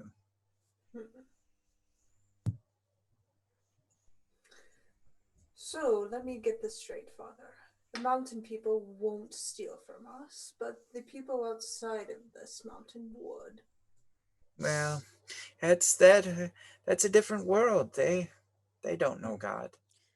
Wait, Do you know, go ahead, Father, that Wendigo don't obey any religion? I know a few who can move into your territory, eat your flock, stripped them to the bone. Winter's almost over, but they thrive.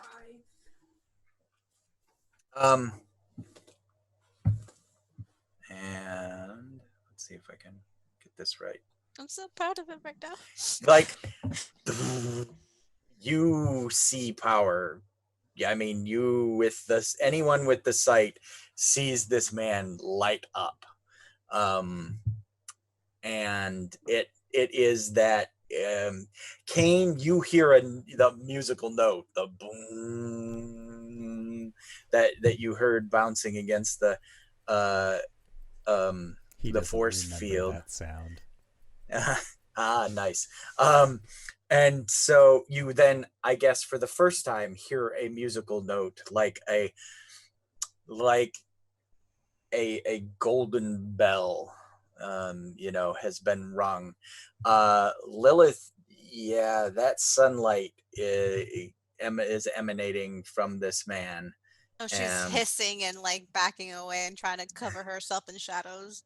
And Rue, you are seeing an old man, but you can feel the power come off him, like that was a line, and now it has been crossed, and now in this, bathed in this holy light, he is, I guess he would say, I believe now that you would leave this mountain peacefully and go with God. I will say this, the one that you seek may be amongst the people. Now, with that said, know that the people do not like outsiders, and that this is their mountain. I brought them God, but they have accepted God. Rue, I need you to make another, I guess, Moxie roll at this point.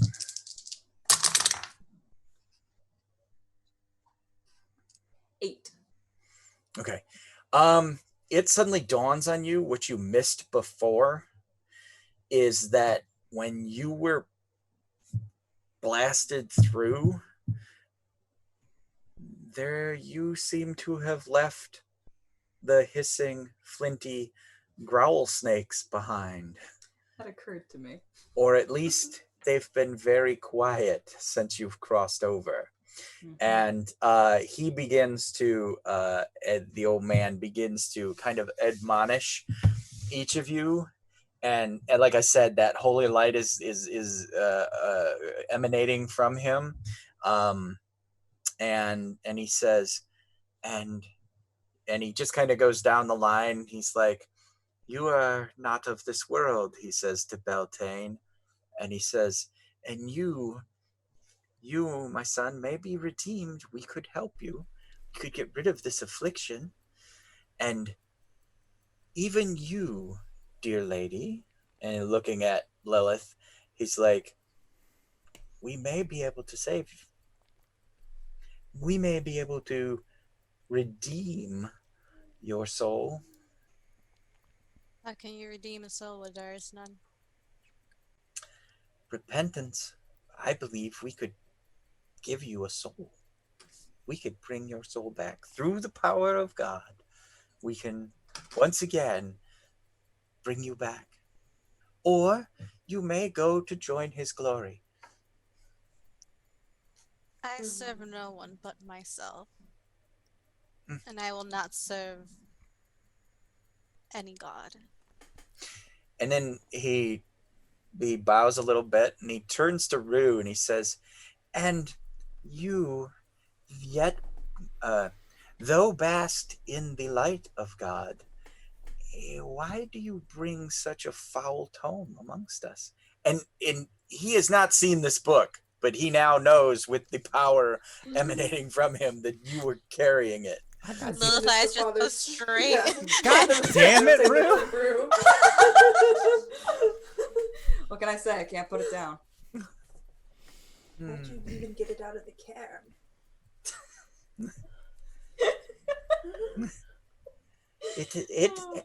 Does it have a power on you? Because your soul is pure.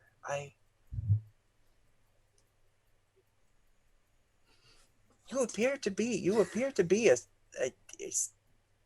and he glances left and right, a soldier of God. You're a what? Oh, great. I can do that too. Say like 3 Hail Marys. Done. You're making me look lame in front of my friends. Nerd.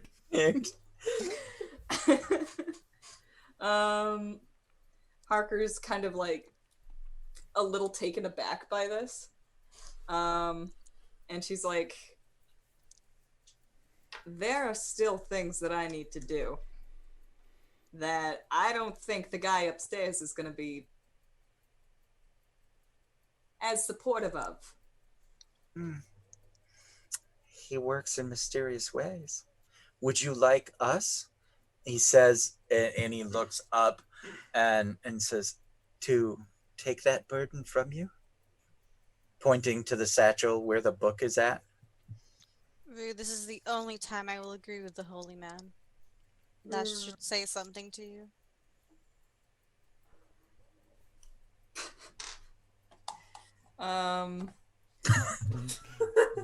Kane. What did Kane do? Kane just like brought up a hand and was going to say something, and just put it to his mouth instead, and he's like contemplating. Brings it forward, contemplates some more, like just background animation. Boy.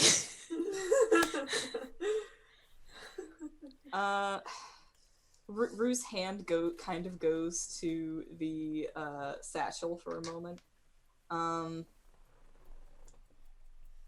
and she looks at him like with like really kind of distrustful, squinting eyes, and she says, "What exactly do you want to do with the book?" He says, "It has no power here. I will keep it. I cannot destroy it, but maybe our good Lord will be able to." She kind of gets she looks around at everybody who's like just varying faces of Disappointment. yeah, disappointment and It's disapproval. worse than anger. She will reach in for the book and she'll grip it and kind of pull it out. I'll tell you the same thing I told you. I told this dipshit. I don't make any promises. If you want to hold on to this, I ain't gonna stop you. And you hear the voice in your head is like, "I can't help you. I can't help you if you hand me over. I wouldn't do that, Rue." Will this stop all those goddamn squirrels from coming into my house? You have a cat. I give the father the book. And he takes it and he turns, and as he turns, the light within, it lowers the situation, the tenseness has come, and he goes over to you see this box that it is what the rectory obviously came here in, and it's itself is gilded and silver and iron. It's got iron bands on it and then inlaid with silver, and when he opens it, there's like red velvet on the inside, and he sets the book inside, and when he closes it, Rue, as the lid's closing, it says, "You made a mistake, Rue. Yeah, I can," and then it's silent, and you feel for the first time since you brought the book back, you feel lighter. You feel that its presence not there. I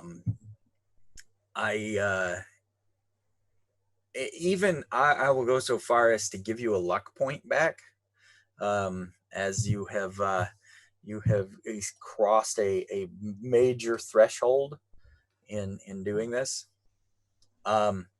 And he turns, like I said, his power dimmed, and when he closed that, we go back to more of a natural lighting in the church, and he says, "I hope that your business on the mountain is peaceful. If you climb towards the summit, you will find the people, or because of the," and he looks out at the moon, he says, "or because of the evening, they will find you. Go with God." God loved me a long time ago, Father. And she passes. Have a And good evening. he kind of gives you a nod like, "Yep, I agree with that statement." Kane just puts a hand on his shoulder. Shalom. And then he continues walking. Harker just kind of nods to him. She's got her hands in her pockets, and one hand is still on her gun. She's just kind of methodically fiddling with the trigger. And you see the genuine sadness in his eyes as you walk past him, Rue. Like, he knows you're going to do what you have to do, but it appears as if he knows a little more. Not of the situation or anything, but he knows, he has faith in what you're doing, and that's why he didn't try to stop you.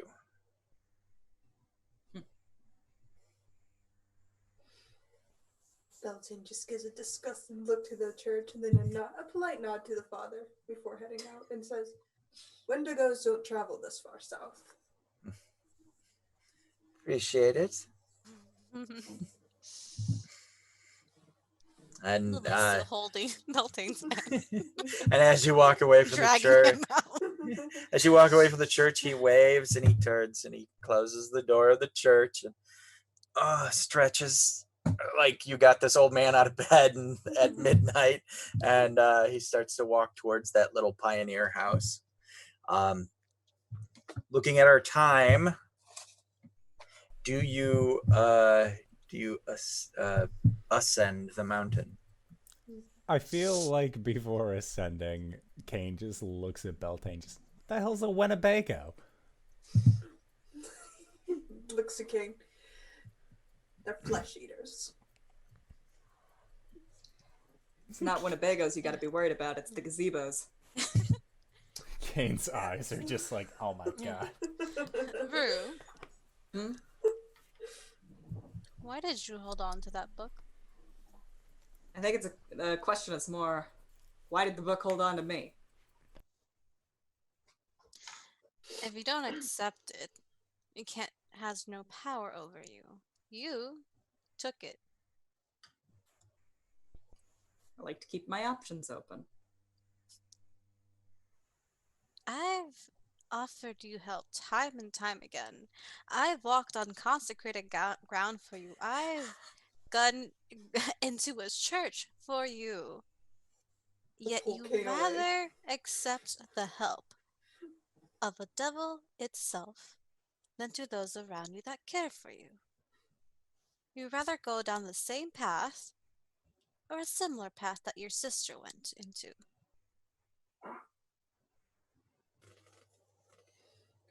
King, these flowers look fantastic as I push them away. How are they even blooming? It is nighttime. No idea. Well, with the kind of shit that I deal with, that I look at every day, it's not the kind of stuff that I'm used to letting other people be a part of. Granted, you're part of that shit, but you let a devil be part of it and worsen it for you. I'm tired of your self-destructive tendencies, Rue. You think they don't hurt anybody else but you? But look at where we are.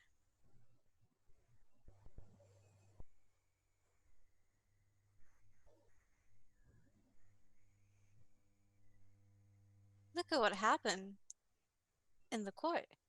The vampires. You almost summoned the devil.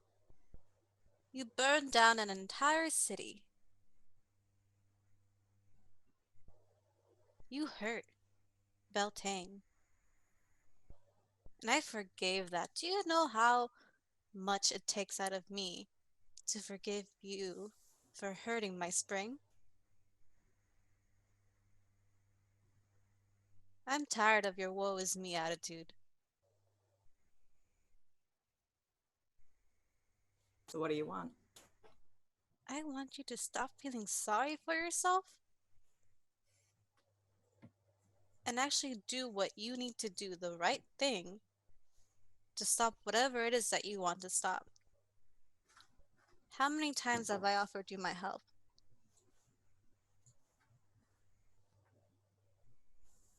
At some point I stopped keeping track. And at Yeah. that, you hear you from up the mountain. Oh,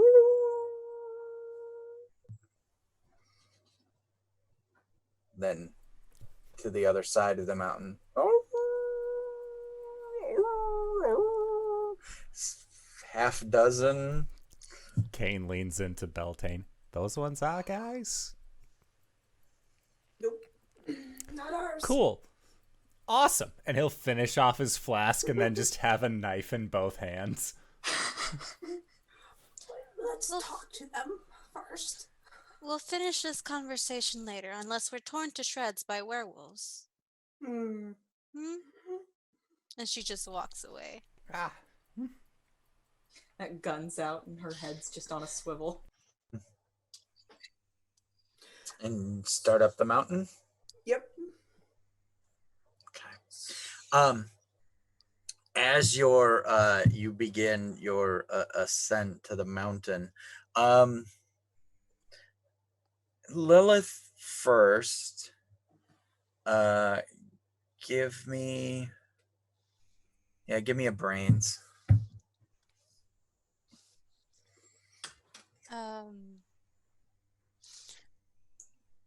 I'm gonna use my luck to re-roll that completely. Okay. Okay. 10. Okay. We get this view of the howling had occurred, and you guys begin this trek up the side of the mountain, and then we see, like, through Lilith's eyes, one of the howls, and her head, like a predator, snaps to the noise, and we see up the side of the mountain, and beyond, in silhouette behind the moon, there are these from, you're probably like a mile away, you see these crosses upon the top of the mountain. They have to be like 50 feet tall.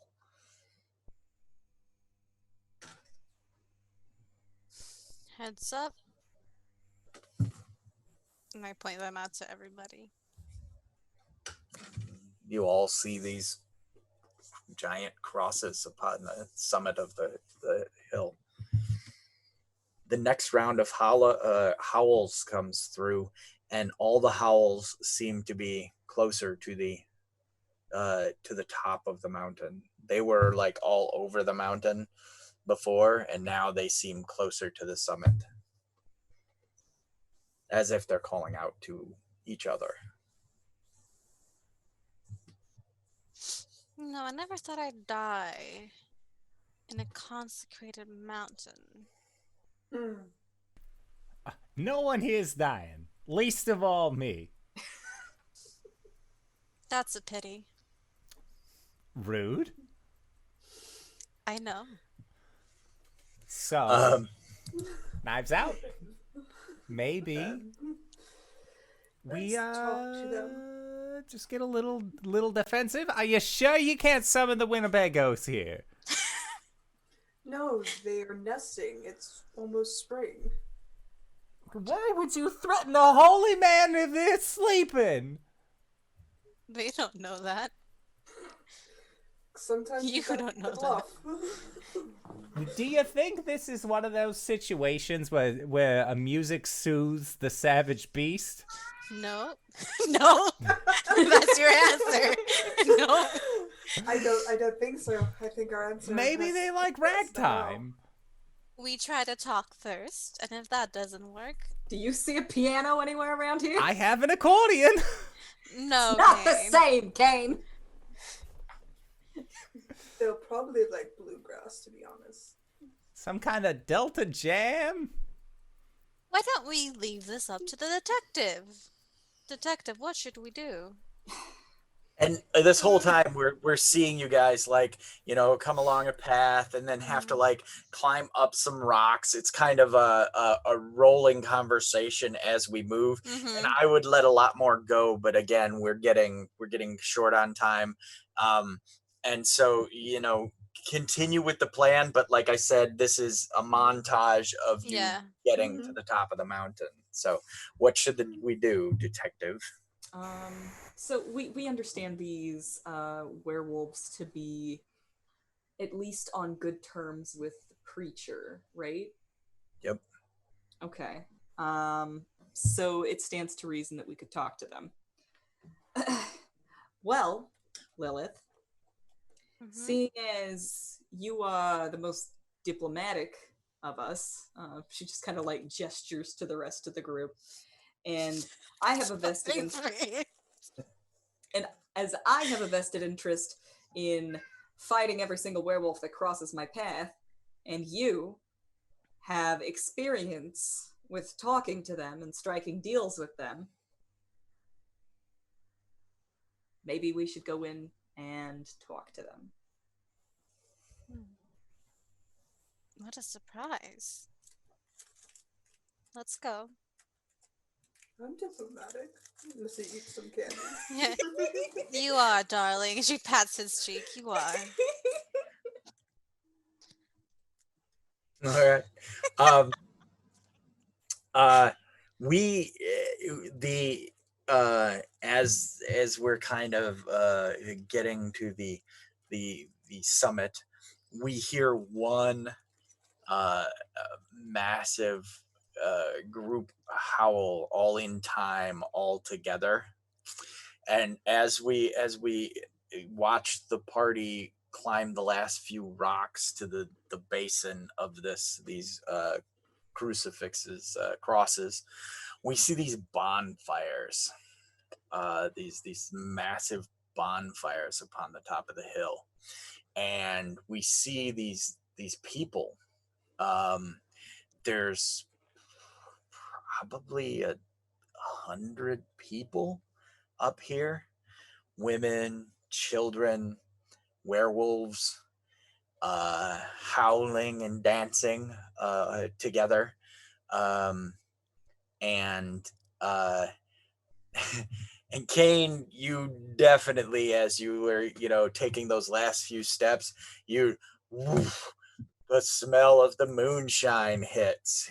You definitely, yeah, you would know this anywhere. Rue, that bit of you that's an alcoholic is tickling at the back of your brain. Like, I haven't had a drink in how long? Did I take a drink back at my office? Which seems like days ago, but you had moved through that fey time of the wild hunt, so it could have been weeks since you've had a drink. That is the good shit. You ever thought about going blind? Right over there is the source. I can't get drunk. What? There's right. no blood in my body. I am so I'm sorry. Dead. Wait, I have a question for you. So, like, say somebody's drinking and then you drink off of them. Is it like 1 for 1? Like, you can get drunk off of drunk people? Ken, I think that's the only intelligent thing you've ever said in your life. I can count to at least 2 other times I had an intelligent thought, thank you. And you would know that, yes, the feeding on the blood of individuals who are monkeyed up in some way can, as said, pass on that said monkeying to you. So hence you don't usually, get drunks, drug addicts, vampires don't usually swarm into heroin dens and drink off the blood of the individuals there. It was that one vampire in the book. He used to be an addict in real life, so he would just swarm dens. Exactly. It didn't turn out well for him. Yes. Yeah, so before you is this whole village of people and werewolves dancing around these crosses, howling at the moon. literally with moonshine. Yeah. Question. Are we looking for the person who took my alcohol, or are we looking for the person that's holding the golds so Ferguson can't leave? Because I thought Ferguson was taking my alcohol. No, we're looking for Harker's partner's killer. Oh my god. Oh god, there's so many things going on. Okay, forget the gold and the hooch. We're going for a partner. Okay. Now I'm concentrated now. I got this. I think that the wild hunt was to find the person who stole the gold. Mhm. Wait, no. Was that who The was first the guy? wild hunt was to find the gold thief because then we found him, killed him. Oh, He okay. was Got it. the- Got it. That was he the was guy the that kill killed man. Okay, we did kill them. Okay, and now then the wild second hunt hunt. set us Yeah. into a different direction so it didn't end. Okay. Yeah. Frankie! Goblin. There's your werewolf-ru. Yep.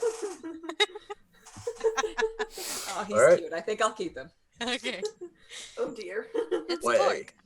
and so you're standing on the edge of the bonfire light, and I think as you're standing there kind of debating like what the hell, a little kid kind of skips and dances up to you, and because they're a little kid, I imagine that they would go. Lilith, you have the highest charm, right? Yes. Out of the crew. Yeah. So the little kid, she kind of skips up to you, and it's like, he kind of grabs at your hands, like, come join us. Join us.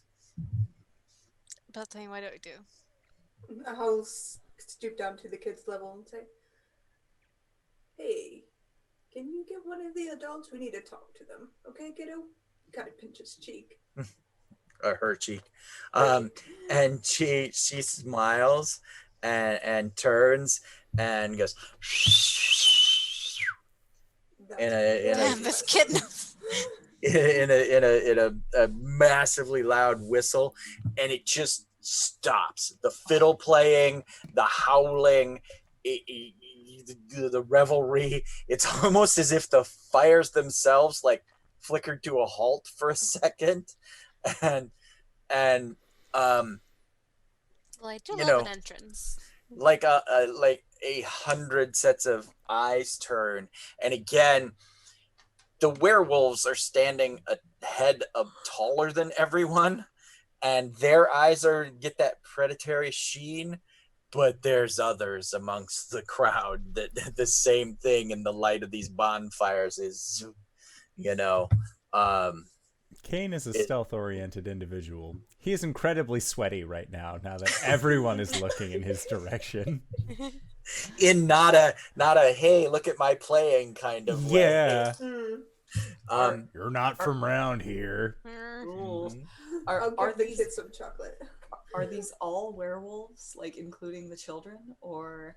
No, they're not. They're not. There are people amongst them. Like I said, not every set of eyes. Obviously, the head taller, they're werewolves. Gotcha. But amongst the people, there are also that sheen. So there are other werewolves there. Gotcha. All right. That gun's back in her pocket again, and she's just kind of like looking around at all the people, and she's gonna like say through her teeth, "I hope you know what you're doing, Lilith." Hello. And pretty much the whole village here, all at the same time, says, "Hey, you!" Like all together in unison. I'm sorry to interrupt your festivities, but it seems that we're looking for someone here. We don't come to fight or anything. We come in peace, I promise. And you see some of the werewolves, like, like got a big jug, and he's got his like arm around someone else, and they look at each other and they kind of smirk and laugh. And these people are decked out. They look like Scottish Highlanders mixed with barbarians from like some kind of Hagar the Viking cartoon comic book. They've got like patches of fur and stuff amongst their kilts, and their clothing is all like homespun, like probably hemp, and such. And so yeah, so like I said, a couple of the werewolves who got a big brown jug of whatever, and they kind of laugh a little bit, and they basically you hear and Beltane, you can feel this, like it rumbles through the ground and comes up through your feet. It's a yew staff hitting the ground, and it is in sync or harmony with the energies that surround this mountain. But this is old. This comes from ages past, from nature, but it appears to be in harmony with this gray tone. So basically, in Beltane's sight, as this noise and this ripple comes, this yew staff is in technicolor to you compared to everything else that is kind of gray and muted. And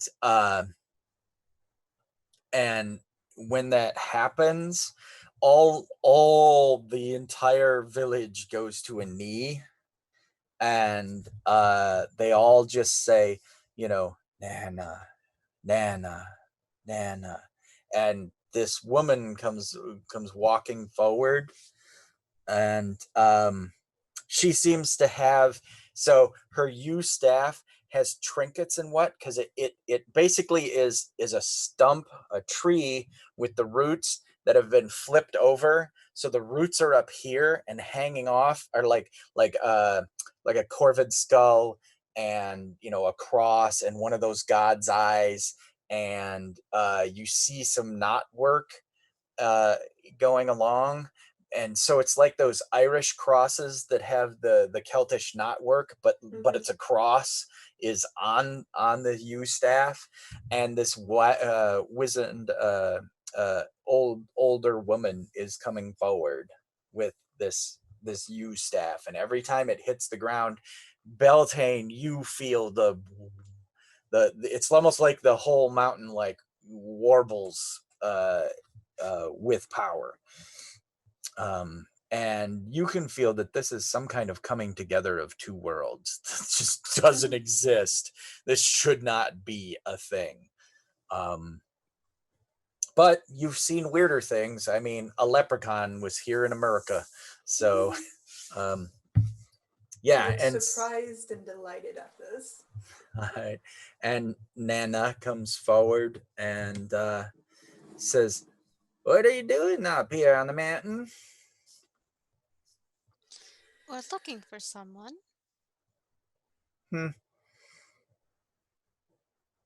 Who? She says, almost like, duh, Rue.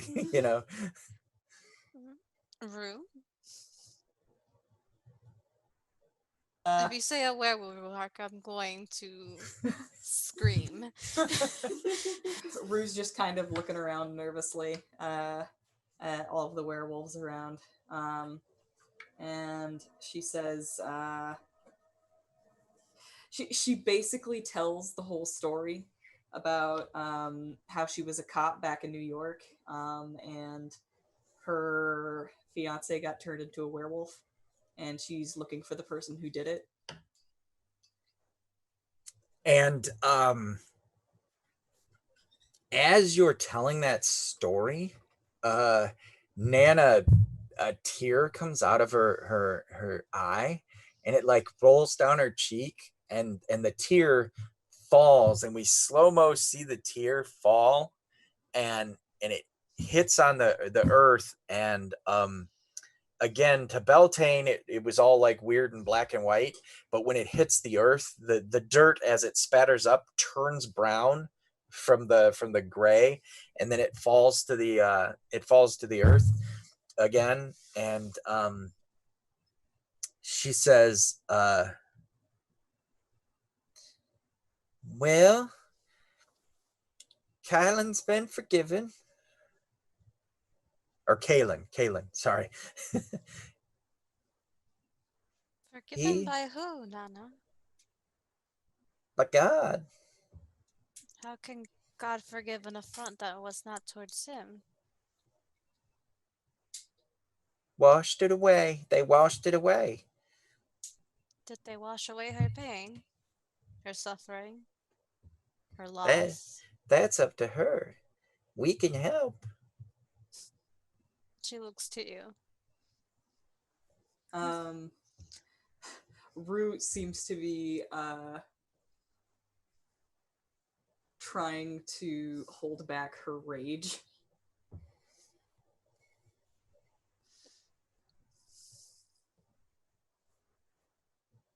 And it's just silence. There's just, I mean, like the mountain is silent. The clouds are moving, in wisps through the full moon in the background. The fires themselves don't seem to be crackling as we hold this moment. Where is he? And this monster of a werewolf rises from the crowd, and like I said, they're all on one knee and rises, and this werewolf is behind Nana, and as it sees you and locks eyes with you, it goes and then smiles like a wicked grin, and then like literally stalks forward to Nana's side.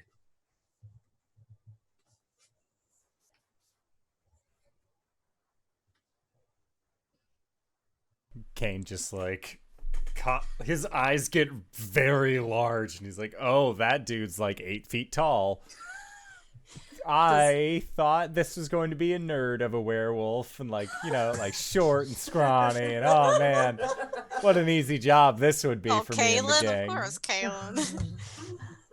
Does he look even the least bit sorry? To you, no.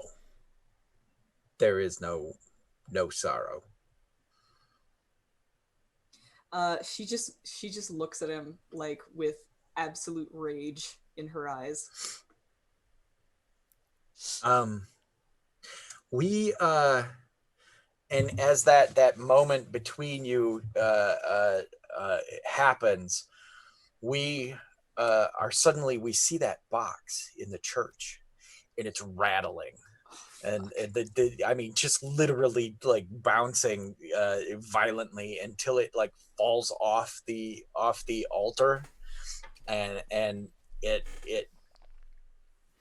cracked maybe, and we see a red glow come from the side of the box, and then we're back up top, and this moment stretched between the two of you, and Nana says, you feel you've been wronged? For a moment, that look of rage is turned on Nana. And it's like Harker realizes that if she allowed it, that rage would cause her to kill everyone here.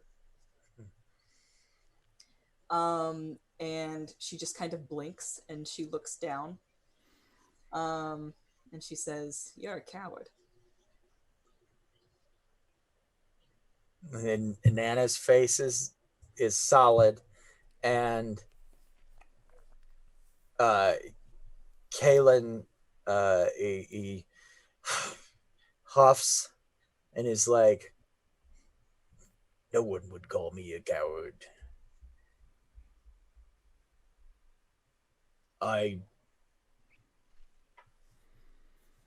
And then he seems to be at a loss for words, and then he steps forward, and that big staff comes across his chest and like just stops him in his tracks, And she says, "We can settle it the old ways. Explain. What does that entail particularly? We'll do a harrog." And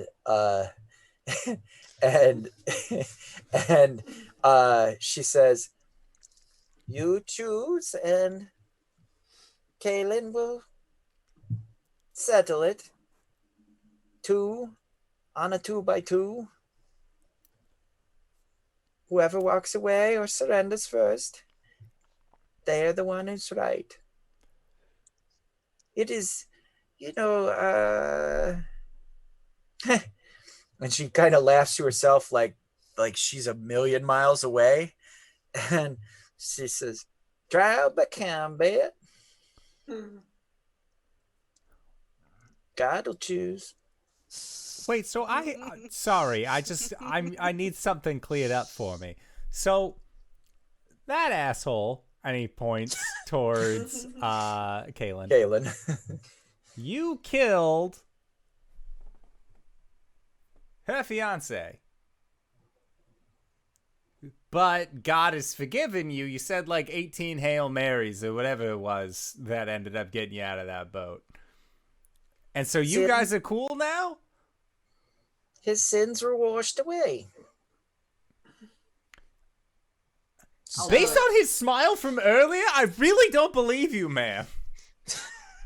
And she looks up at him, and he becomes very serious.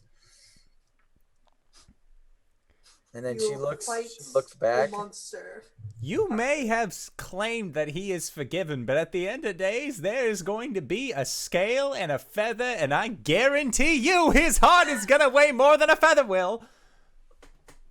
And she squints her eye, and she like nods like, It's like, yeah, man. Yeah, and says, "Well, hopefully, when that day comes, Caleb, his soul will be pure, or he'll," and she turns towards him and squints and is like, "or you burn in hell." I like her. You said trial by combat? Yeah, that's the way, hot dog. And you can see that some people are like cranked. They're freaking like, yeah. And there's already two guys come running up, or a guy and a werewolf come running up, and they have what looks like some kind of fur carpet. Rue, this is your choice to make. Your battle. This is as far as my help takes you. I'll do it. And a freaking cheer goes up, howl, woo! And they, like, the moonshine starts, and the fires seem to crackle, and the violin, the fiddles, and whatnot start drumming up, and those two guys roll out these bear skins that have been sewn together. And so there's like 4 bear skins have been sewn together, and the little fiddle music and everything is going. Nana says, and her voice seems to boom, even though you can hear her voice clearly, even though you shouldn't be able to from this frail old woman. And basically it's all you got to do is step it on the carpet, and then one of you leaves or one of you surrenders. God will give you victory. Or something. Or a silver bullet.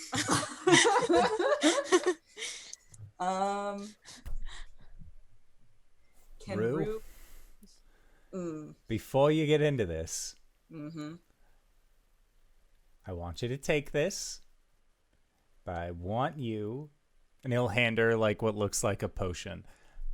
On the off chance that you need to use this, when you open your eyes for the first time after you take it, make sure you're looking towards one of us, either myself, Belle, or Mrs. L, and not the enemy.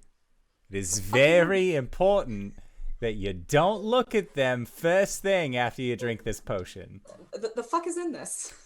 Remember when that weird drunk baby was shooting arrows at us? You stole from How Cupid? the fuck is that supposed to help? I did not steal it. I was awarded it for good behavior. It is a healing supplement. Is it What though? side effects does it have? It says healing love potions. However, I'm pretty sure that it was just gold arrows. So if I'm wrong on this, that's fine. But otherwise, yes, I do They have. only work on you. They're gold. They're made of gold, and you eat them with your gold powers. You suck them up with your gold. Never mind. I realize now the folly of my ways. I'll just pat Kate's shoulder. It was a good effort. I tried my best, and You did, and I'm very proud of you. Rue, So yes. Hold on. take this golden bust. Here, Are just suck you- up gold like I do. are you wearing the locket I gave you? Yes. It's the one with Hazel's picture. It's silver. Just in case. I'll keep that in mind. Can we? Gotten. As he pulls out a shotgun. Named it after my brother. Is this a 2-on-2 situation, or is it just one versus one? 1v1. Though 1v1. she did imply that you could choose someone to do the fighting for you. Can we call this a cliffhanger? So that We have- can. so that we have more time to plan. We Yeah. totally can. So as you guys are kind of, you know, in the huddle, as it were, Kaylin steps one big werewolfy paw onto the rug, and a cheer goes up, and the flames of the fires like jump up around these 50-foot tall crosses with the moon, the full moon with the wisps in behind, and they all howl out. Fade to black. Credits. To be continued, question mark. And our apologies, we only play once a month, but maybe we can play early in the month. Yeah! Yeah. And I think that is where we will call it for tonight's game. So I would like to say, first and foremost, thank you to Greybeard for running us through this wonderful homebrew campaign of our Monster Noir setting. Hey, GB, where can we find you? What do you do? I'm Greybeard of Greybeard's Tavern. You can find me on the Twitters at Greybeard Tavern, no S. And my schedule has been updated. A new season's rolling around, so there's going to be new stuff on that in the next few weeks. I will attempt to keep it as up to date as possible. The next thing you can see me in is tomorrow, 4 p.m. Eastern Standard Time, over on Encounter Roleplay, where I will be playing Dr. Verrucht. We have two episodes left to this series, and it's as kind of as insane as what we're doing here, so definitely check it out. We all costume up and cosplay for it because that's how they do on that channel, and that's me. Excellent. So then, Satan, where can we find you? What do you do? I'm Satan, and you can find me on the Twitter. My handle is right here. I play many games. I counted them all, and including my every 2 weeks and my once a month game. I play 13 games. I play here once a month. I play mainly on Plot Hunters. It's my main channel where we play Saturday nights at 8 o'clock EST PM. It's an all LGBTQ, all POC, all women channel. So if you like supporting those spaces, please come and watch us. We have lots of fun. The next thing you can see me on will be tomorrow over at the Hype Goblin, where I DM very much improv, very much homebrew, very much new DM taking on things game, uh, with Jen there, and these lovely people have guested there, and I hope they've had fun. And anything else, you can follow me on Twitter, because if not, I got a lot to talk about. I'll post it there. You can find me. Just go to my Twitter. It's fine. Loves ya. And I'm Danae Keener. You can find me at DanaeKeener.com. I do nerdy drawings mostly related to D&D and a lot of things on this channel. You can find me here on Mondays playing Coriander the Elegant Paladin during our home game, or on Sundays playing as Baz the Drow Rogue during Tomb of Annihilation. And as always, every once a month on a Wednesday, the magical time comes around and we play Monster Noire. So be sure not to miss it. DanaeKeener.com. And I'm Jen. You can find me over at Laughmaker D&D on Twitter. Once a month here as Beltane Hawthorne. Every Tuesday, Thursday, and Sunday over at the Hype Goblins channel, playing in Satan's Wonderful World as Anthony Silverhorn, the Artificer Barbarian, and alternating as a player and a DM over at Beladrid's channel in a homebrew campaign, and her world and my world, depending on what day of the week it is. And I think that's me. Yes. Excellent. And if you've made it this far, you probably already know who I am. But if you don't, hey Acorns, what's up? It's me, your buddy, your pal, your friend, the Indoor Adventurer, the showrunner here at twitch.tv/Indoor Adventures. We do shows like this Monday and Thursday at 5:30 p.m. Pacific Standard Time. As well as our Tomb of Annihilation game on Sunday, which starts at 7 p.m. Pacific Standard Time. If this is your first time joining us, consider going to youtube.com/Indoor Adventures. You can also find us anywhere where podcasts are made available for free, but right now we are going to be going into our Patreon-supported after show called Nights in the Courtyard, where we answer questions not only from the community, but also from each other. And I'm very glad, because I always enjoy Nights in the Courtyard with this game. Wrong pipe. And with that, I would like to say thank you, GB, for running this wonderful game. Thank you to these players for putting up with our bullshit this week. And we'll see you guys next time. All right, everybody. Bye-bye!